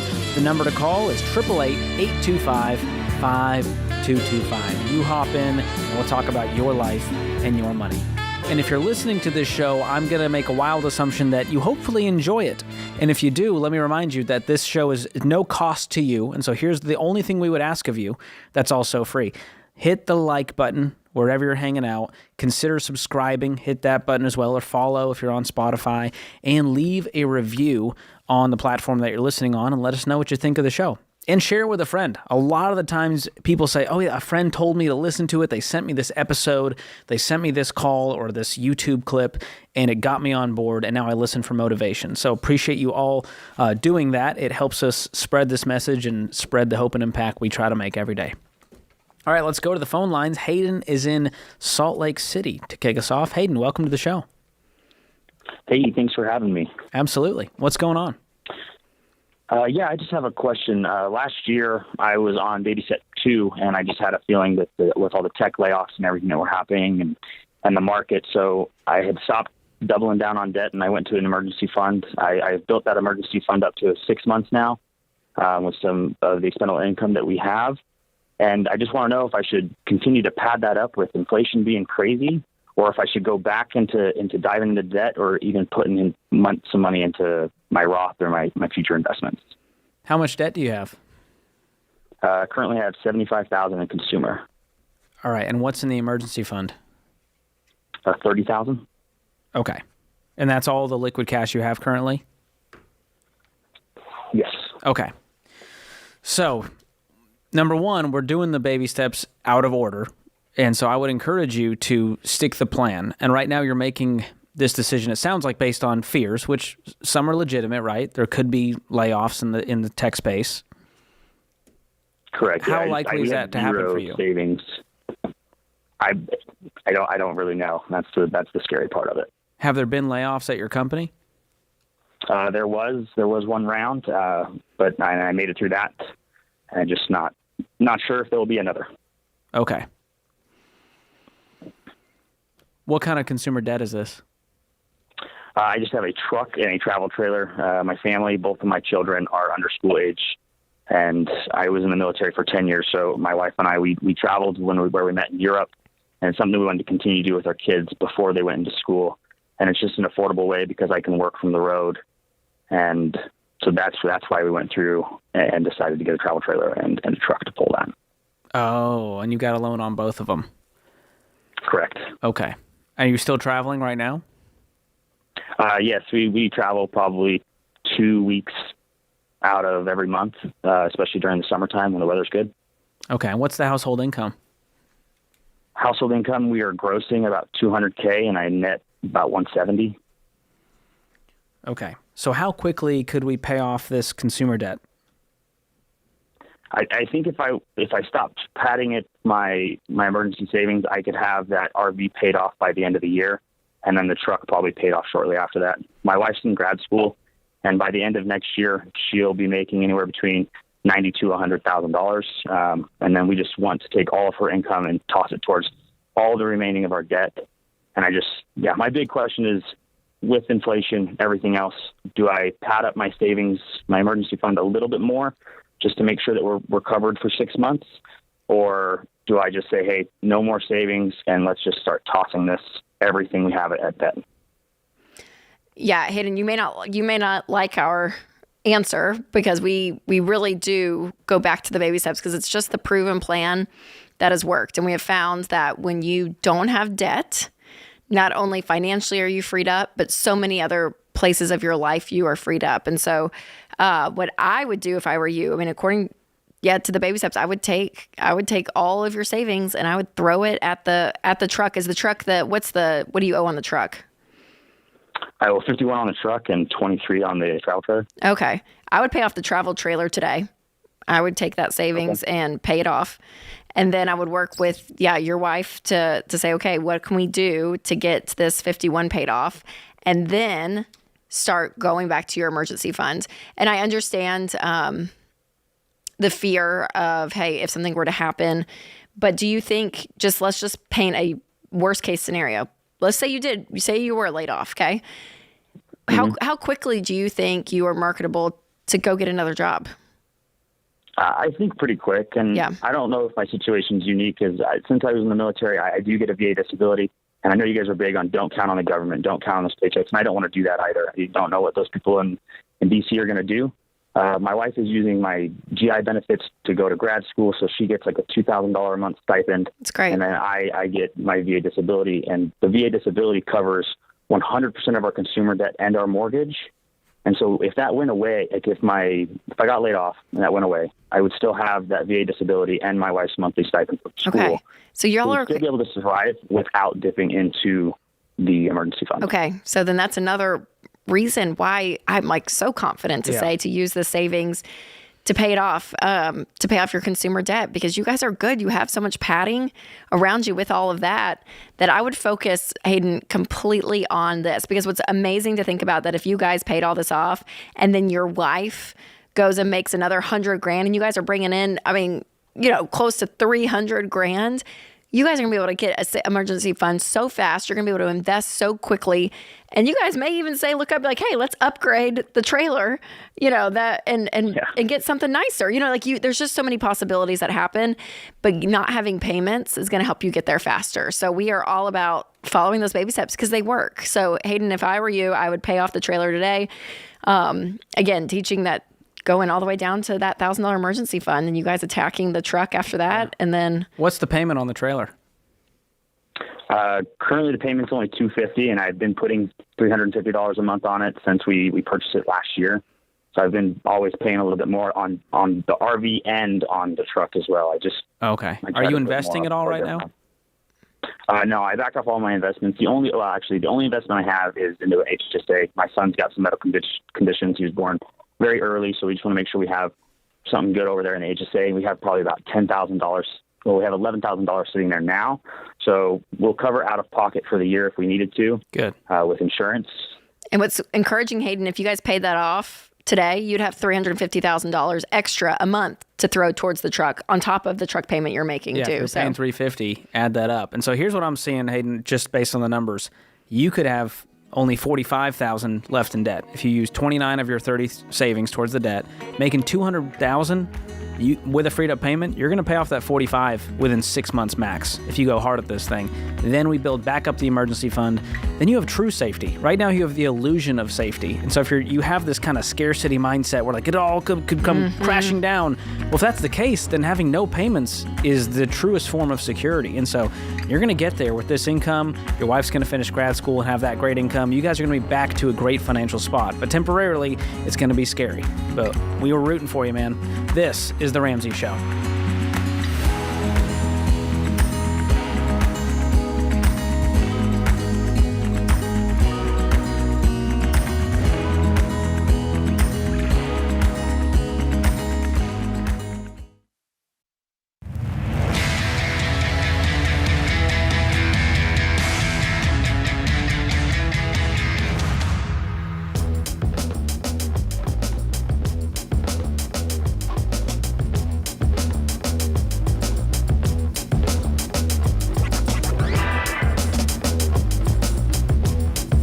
This is The Ramsey Show. I'm George Camel, joined by Rachel Cruz, who is also my co-host on Smart Money Happy Hour. So if you're looking for some fun, some levity, some entertainment, with a healthy dose of financial teaching, it's kind of a... Do it all. Yeah, a spoonful of medicine, a spoonful of sugar makes the medicine go down. That's right. I feel like that's what Smart Money Happy Hour is. That's what it feels like. And people are loving it. Kids listen to it. They're like, I listen, my 10-year-old loves it. And then people are like, I'm 75 and I love listening to you guys. So something for everyone with Smart Money Happy Hour. We're all there. We're here for it. So check it out this weekend. You can binge all the episodes that are out there every Thursday. All right. Claire joins us up next in Seattle, Washington. Claire, welcome to the show. Hi, thank you for having me. Absolutely. What's going on? So I'm turning 18 years old this year, and I really, really want to learn more about investing and where to start. I work as much as I can with school. I have some money in my checking account, some money in my savings account, but I've heard so many different options about, investing in a Roth IRA, doing real estate, all of this, but I'm just turning 18, and I really want to know what you guys recommend for young people looking to start investing. That is awesome. Way to go. Well done. So you're graduating soon? I'll graduate in a year. I'm going into my senior year this year. Okay. And what are you doing for work? I work at a small cooperative in my kind of small town. It's like an agriculture store almost. Okay. And what do you make there? A little over $16.50 an hour. Cool. And how many hours are you working? It's usually fluctuates week to week between 16 and 20 hours. Awesome. Way to go. And is your GPA solid? Yes, 4.0. There it is. You're amazing, She just Claire. proved, because I was just thinking in my head, Rachel, people who work 15 to 20 hours while in college have a higher GPA That's right. than those who don't. And there we go. And you proved it. Okay. Yeah. So you are a rock star, number one. Do you have any debt? I do not, no. And how much do you have in checking and savings? Savings, I haven't really been sure what to do with it, so I have maybe around $700. In my checking account, I have over $3,000. Way to go. Gosh, you're doing so well. Okay, so I would set aside a little bit of that for kind of a starter emergency fund for you. Obviously, you don't have a Okay. ton of expenses now. Are you living on campus or on your own? I still live at home. I'm enrolled in a local community college, so I live at home, and it covers my tuition. So I am still at home, not paying anything for that. That is awesome. Great job. Okay, so let's talk about investing. I think the Roth IRA is your best bet right now. Okay. Invest into that in a good growth stock mutual fund. You can diversify it across the 4 types that we talk about. We have a great investing guide on our website. I'll make sure Austin gets you a link over to that can help kind of unpack this at a deeper level than we can do on radio. But I think I don't know that you would max it out with the income that you have, but getting to that Roth IRA and consistently putting money away is going to be your best bet at 18. Okay. I don't think you need to worry about all the other stuff and all the noise you're hearing. You can stick to a Roth IRA. Once you start your career, you'll probably have an option for a Roth 401k, and that's another great place, and start doing 15% at that point. Yeah, once you graduate, Claire, I mean, having some cash on hand between graduation and entering the real world and career, it's always good just to have some, because you may be moving. Who knows what kind of, if you take a job. Could be deposits. You might need to get a car upgrade. That's right. Repair, maintenance. Just kind of having some cash for that transition, just thinking through that. And then once you kind of get settled, which I have a feeling you'll probably settle pretty quickly, because I think you know what you want in life. You're very proactive. So once you, have that first job and you're settled in to where you are and got your first apartment, whatever it is, and you're renting, that's when, the 401k I would look into something like that. But for now, I'm with George. I think having cash on hand and looking at a Roth IRA, I think is going to be your best bet. Yeah. And if you want help setting that Roth IRA up, you can get connected with one of our SmartVestor pros, which they don't work for Ramsey, but they are vetted investing professionals that we trust. And if you go to RamseySolutions.com, click on Trusted Pros, you can connect with one in the Seattle area, and they'll get you started there. Way to go. Awesome. Let's go on to Brandon in Dallas. Brandon, welcome to the show. Hello. Can you guys hear me? You sound great. Yes. Awesome. Hey, I have a question. My wife and I have gotten ourselves in a really bad spot, and so we have about $250,000 in consumer debt. That's credit cards and personal loans. We're just not sure what to do. We don't have enough income to pay all of our minimum payments, and so we're not sure if we should file bankruptcy or to stop paying until we can afford to settle, or we're just not sure where to go from here. What caused y'all to go $250,000 in credit cards and personal loans? Well, it's everything you guys say not to do. I decided, to flip a house and then buy 2 more houses with a lot of leverage. Yeah. Right when interest rates went up, and we ended up taking a really big bath on these 3 properties. We lost money on all 3 of them. I'm so sorry. It's definitely been tough, and on top of that, during that time, I was so focused on that I'm in real estate, and my production pretty much went to zero during that time because my mind was just so wrapped up in that. So that's where we're at, and we're just really not sure where to go from here. How old are you guys? I'm 28. My wife is 27. We have a 2-year-old daughter, and we have another that's going to be arriving in October. Oh my gosh. You know, it's wild, Brandon. If you're familiar with my family story, that little baby that's going to be born, that was me. And my sister was 2 years old when my parents filed for bankruptcy. Wow. And through real estate issues. I mean, Dad did exactly what you did, but on a massive scale. And they called all of his notes. Mm-hmm. And he, if he was sitting here today, I think his empathy would be at the highest level, because he was literally you 35 years ago, which is pretty wild. So I have such like a heart for those kids and your kids and your wife and all of it, because I know you guys are under a lot of stress, and I know there's probably a lot of shame and embarrassment, and you feel a lot of the weight. And so I hear all of that. So my question would be, how much did you make when you were in real estate and in your head was not all over the place with these other rentals, and you were so focused on it? What were you bringing in? So, I mean, I would average probably somewhere between $9,000 and $10,000 a month. My wife also works. She brings in about $5,000 to $6,000 a month. Okay. And what is the case today? What's kind of the average month for you guys? So right now she is still bringing that $5,000 to $6,000 a month. I've just rededicated myself to real estate as of last week. So right now it's nothing. Ideally in the next, if I'm realistic, maybe 90 to 120 days, we're going to start seeing some fruit from all the work I'm doing today. Okay. Yeah, Brandon, I don't think you're not bankrupt. But I would say catching up on those minimum payments is your number one goal. And Brandon, I in your future here for the next probably 2 to 3 years, you're going to be doing more than just real estate. I mean, you're going to be doing side hustles at night. You're going to be exhausted. You're going to be exhausted because the amount of effort that you guys are going to put into this, because I believe you can, to get out of this hole, it's going to take a lot, and you're going to be really uncomfortable. And it's going to feel like a sacrifice because that's what it's going to take to get out of this.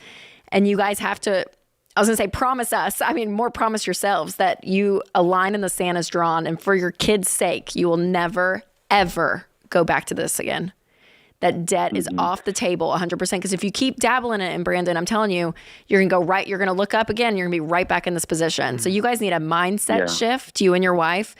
And draw a black and white line and say, never again. We're not doing this. Yeah. And for the next 3 years, our lives are going to look a whole lot different. And it's going to be really hard with those babies at home. But Brandon, you're going to be able to do this. You guys are going to be able to get out of this, but it's going to take a lot of work and a lot of sacrificing your lifestyle to put every penny possible to go towards this debt. Yeah. Brandon, you said it was $250 total? Yeah, but I do have kind of a wrench to throw in it. So I guess 2 questions. Number one is total debt payments. We have around $6,000 on top of living expenses of around $9,000. So number one is we're just not sure, like, how do we actually cash flow this thing? Like, what do we let go? Okay, here's what I'm going to do, Brandon. I'm going to gift you guys Financial Peace University and Every Dollar Premium to get on a plan. But looking at the math on this, it's just a math equation. Can we throw $7,000 a month and be done in 36 months? It comes down to something that simple. Hang on the line. We'll get you those resources.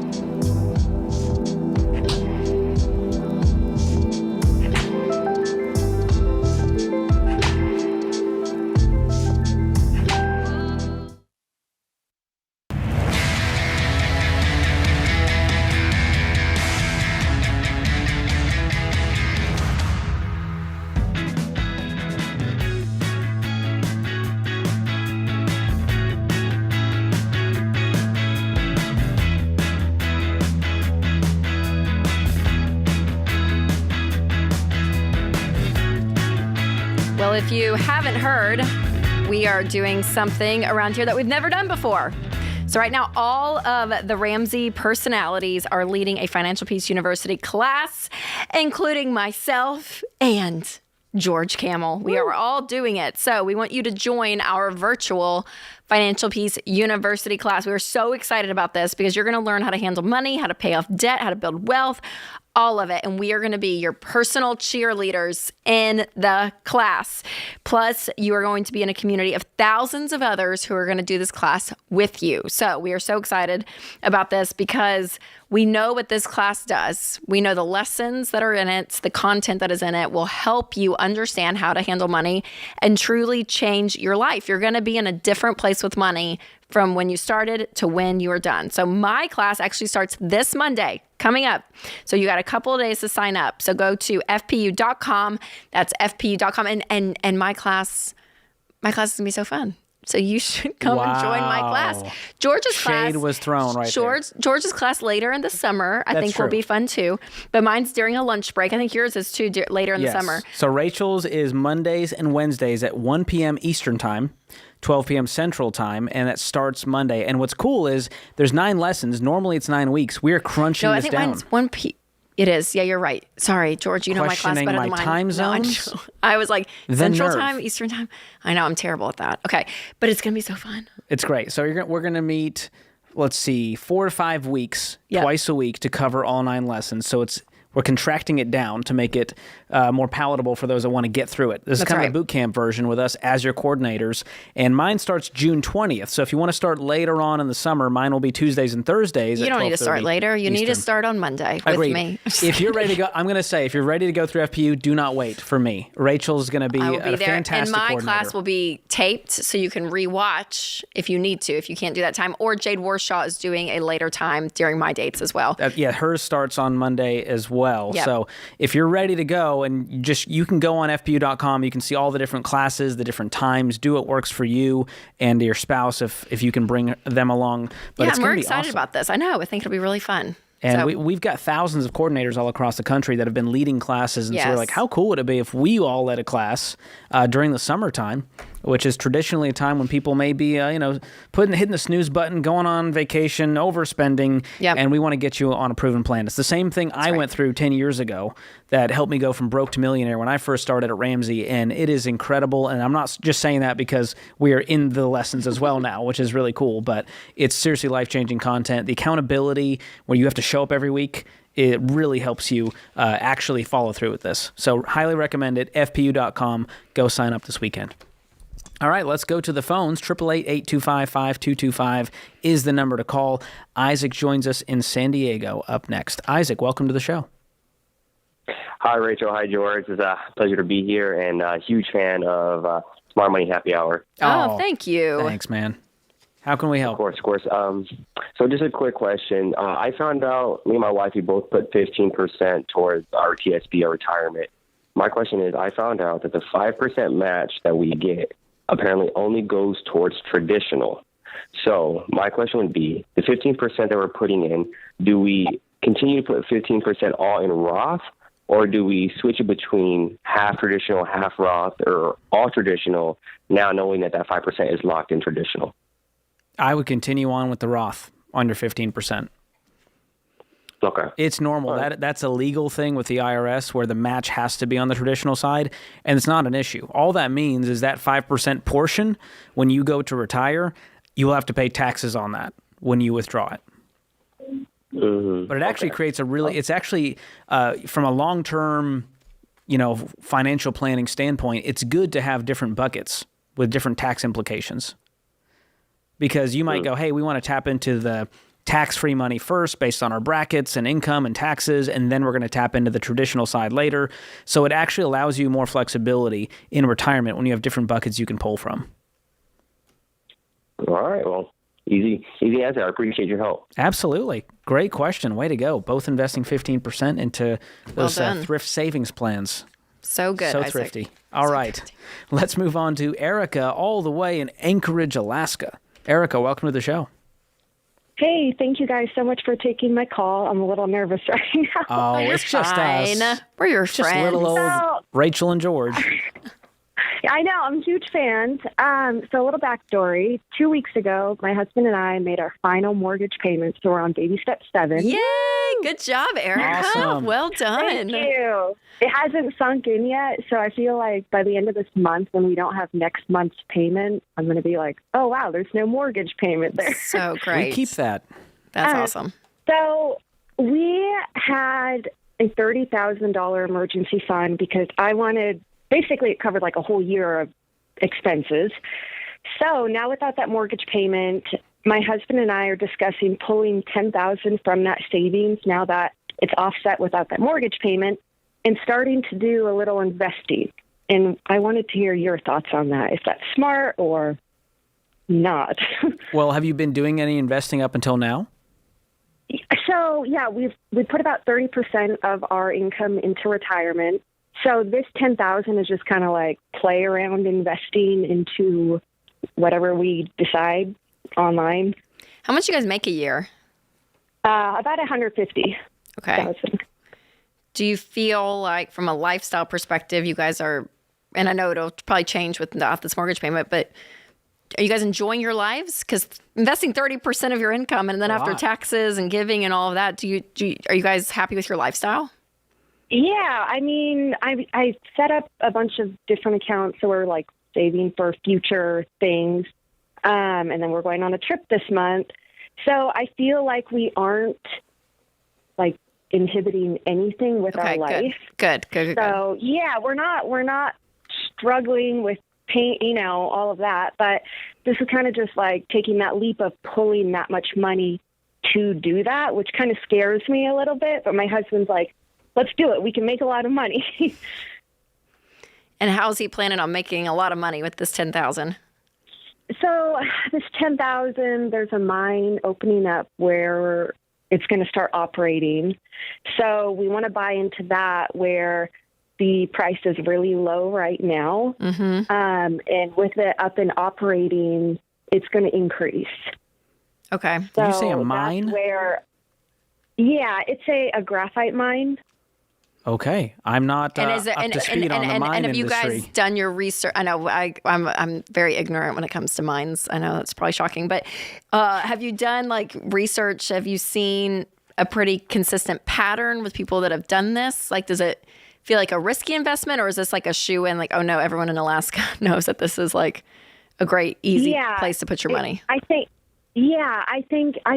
feel like it's safe, but it's just taking that much money from savings to throw into this. Well, you guys, I'm kind of like, well, y'all have enough in your emergency fund though, minus this $10,000, right? Like, you're playing. You have a paid-for house, Erica. You're fine. Just think about this: would you emotionally, even though it would hurt, be okay financially if this $10,000 was burned in a bag and you could never get it back again? Would you be okay financially? Yes, but obviously we don't want that. Scary, but yes, we don't want that. But you guys have a paid for house. I mean, you're in a place that take it. I don't want to put my own hard earned money in something until I know, like, oh yeah, there's for sure a pretty much guaranteed.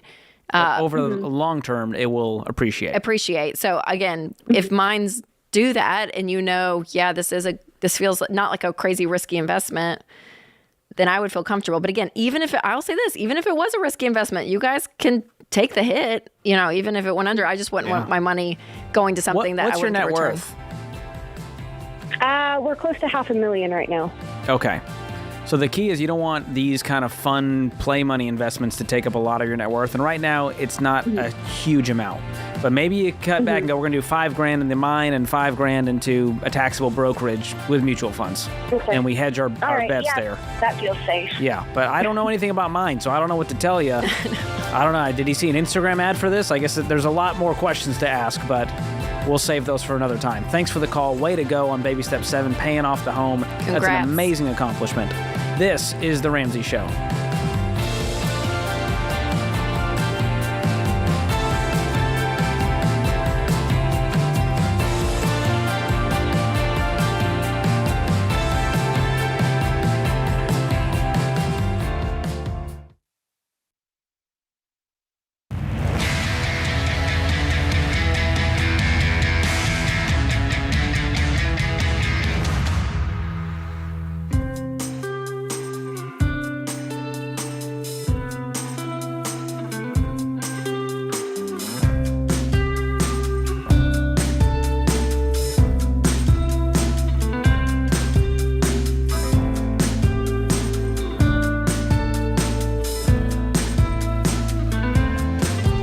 Our scripture of the day comes from Proverbs 25:2. It is the glory of God to conceal things, but the glory of kings is to search things out. Walt Disney once said, when you're curious, you find lots of interesting things. Reminds me of the old Ted Lasso quote, be curious, not judgmental. There you go. Yeah. Now, if you're not attuned to the Ramsey newsletter, you got to get on board. This thing's completely free, and we are talking about budgeting in this one coming out on Sunday. And if you don't know, a budget is a great start to meeting your money goals. And as you probably figured out, making a plan is one thing, sticking to it, whole nother animal. So we've put together our best easy-to-follow tips to help you not just have a budget, but have a successful one. So go sign up for the Ramsey newsletter at ramseysolutions.com/newsletter, and you'll be inspired with these 15 practical budgeting tips on Sunday. Open phones at 888-825-5225. Kevin is up next in Houston. Kevin, welcome to the show. Hey, thanks for having me. How are you guys doing? We are doing great. What's going on? So as of a couple of hours ago, I just completed baby step 2 and 3 in a matter of clicks, sold a bad investment property. Wow, Kevin, congrats. How did that feel? Yeah, thankfully from the sale, had enough to finish off student loans and fully fund about 5 months of an emergency fund. Oh my gosh, Kevin, well done. Big day. That's exciting. Thank you. It's a great Friday. So the question is, the house sale's been a little bit in the making, but I had been thinking about like really trying to give back after all of this. My dad actually helped me a lot with his investment property and through some of the pains of it. So the question is more about like kind of how much to start giving back and whether or not it's too much. Like I was considering trying to do like, even just honestly this month, doing like $1,000 donation to kind of a church organization that he's really active in, kind of in him and my mom's name. Oh, that's as so kind kind. of a first step for starting to give back. But I don't know if that feels like too much right off the bat, or I don't know. It's weird to balance suddenly having extra income. Yeah, for sure. So how much do you make a month? Per month, I make around right now $4,400 a month after taxes, but that's going to go down once I increase my retirement contributions. Okay. And how much do you have? You said you have 5 months of the emergency fund. Do you have any other savings, or is that it? Just the $1,000 that's there right now. Okay. Yeah, that's great. There's no real parameter for giving. I'm wondering, could you do it monthly and just have a regular donation you make? Yeah, I probably could.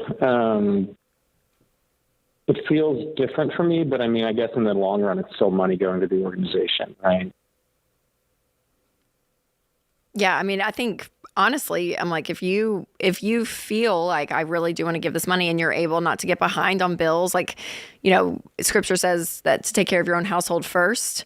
And so there is something to be said about the wisdom of making sure you're not, you're going to be able to pay your light bill and stuff, right? Like your basic needs and necessities are covered. And if you have $1,000 extra margin this month and you're like, I want to do it, then do it. But I would also, to George's point, there's a habitual action to be taken, a habit to be produced when it comes to giving. And that's really that's the heart change, where this becomes a part of your rhythm every month that you give something to somewhere. So if you want to give a lump sum this month to this organization in your mom's name for $1,000 and it's not going to put you financially in a hardship, then yeah, if you feel led to do that, then I would, Kevin. I think that's great. And then I would look at next month, to George's point, and say, okay, let's say, I go down to $4,000 a month. I want to give 10% of that. So $400 a month, I'm going to practice giving.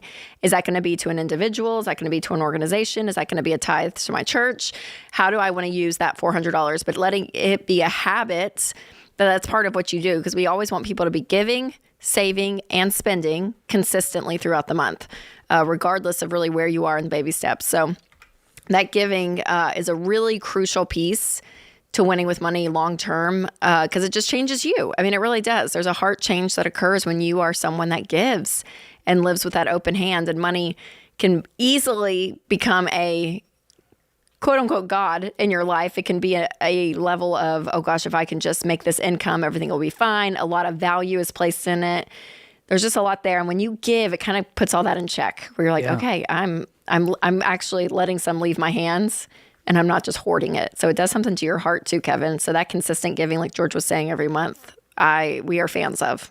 And the fact that you're even asking this question tells me that you are a generous person, and you will continue to be, especially now that you're out of debt. Rachel, you've said give a little until you can give a lot. Yeah. And when you're out of debt, you can give more. Yes, which is an awesome absolutely, thing. yeah. So love it. Love the question. All right, let's wrap up with Brian in Los Angeles. Brian, welcome to the show. Hi, thanks for taking my call. Sure. What's going on?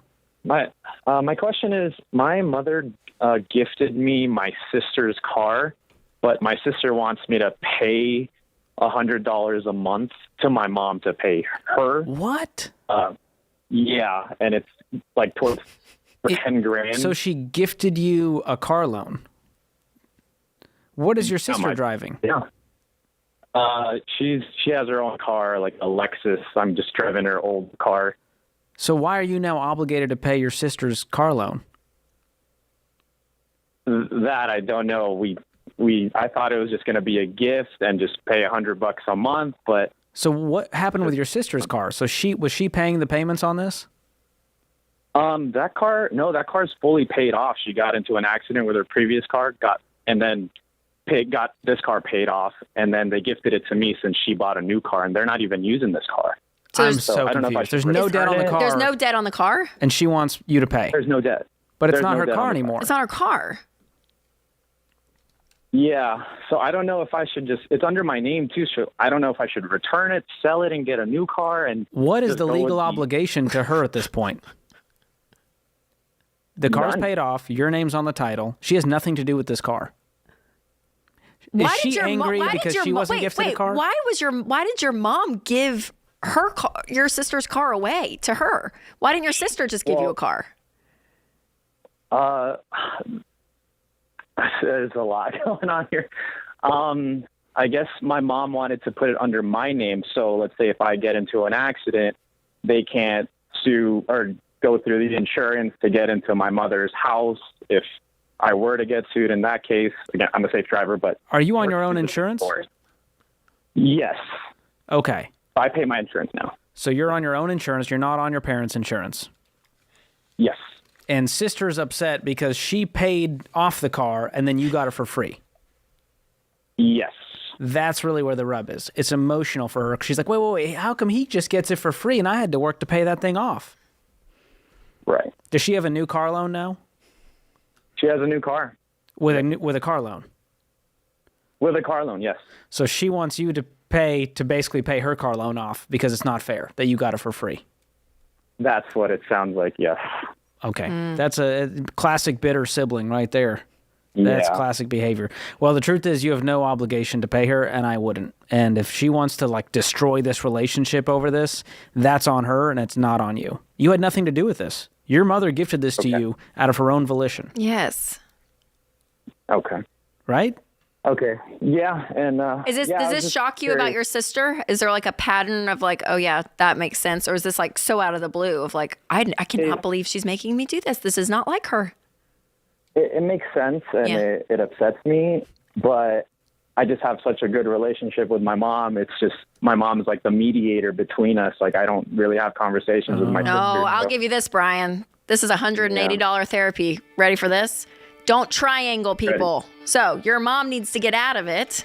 It's between you and your sister, okay? Or between your sister and your mom. Y'all don't need to be triangling this relationship. There's free therapy. Dr. John Deloney, I'm sure would back me up on that. Good stuff, Rachel. What a conundrum and a nightmare of a situation. Oh, my goodness. Well, that puts this hour of The Ramsey Show in the books. My thanks to all the guys and gals in the booth keeping us afloat today, to my wonderful co-host, Rachel Cruz, and to you, America. We'll be back before you know it. Until next time, spend wisely, save intentionally, and give generously. Hey, it's Rachel Cruz. If you like what you heard in this episode and want to know more about getting started on the Ramsey baby steps, go to RamseySolutions.com and click the Get Started button. We'll help you figure out the best next step for you based on your specific situation. That's RamseySolutions.com and click Get Started.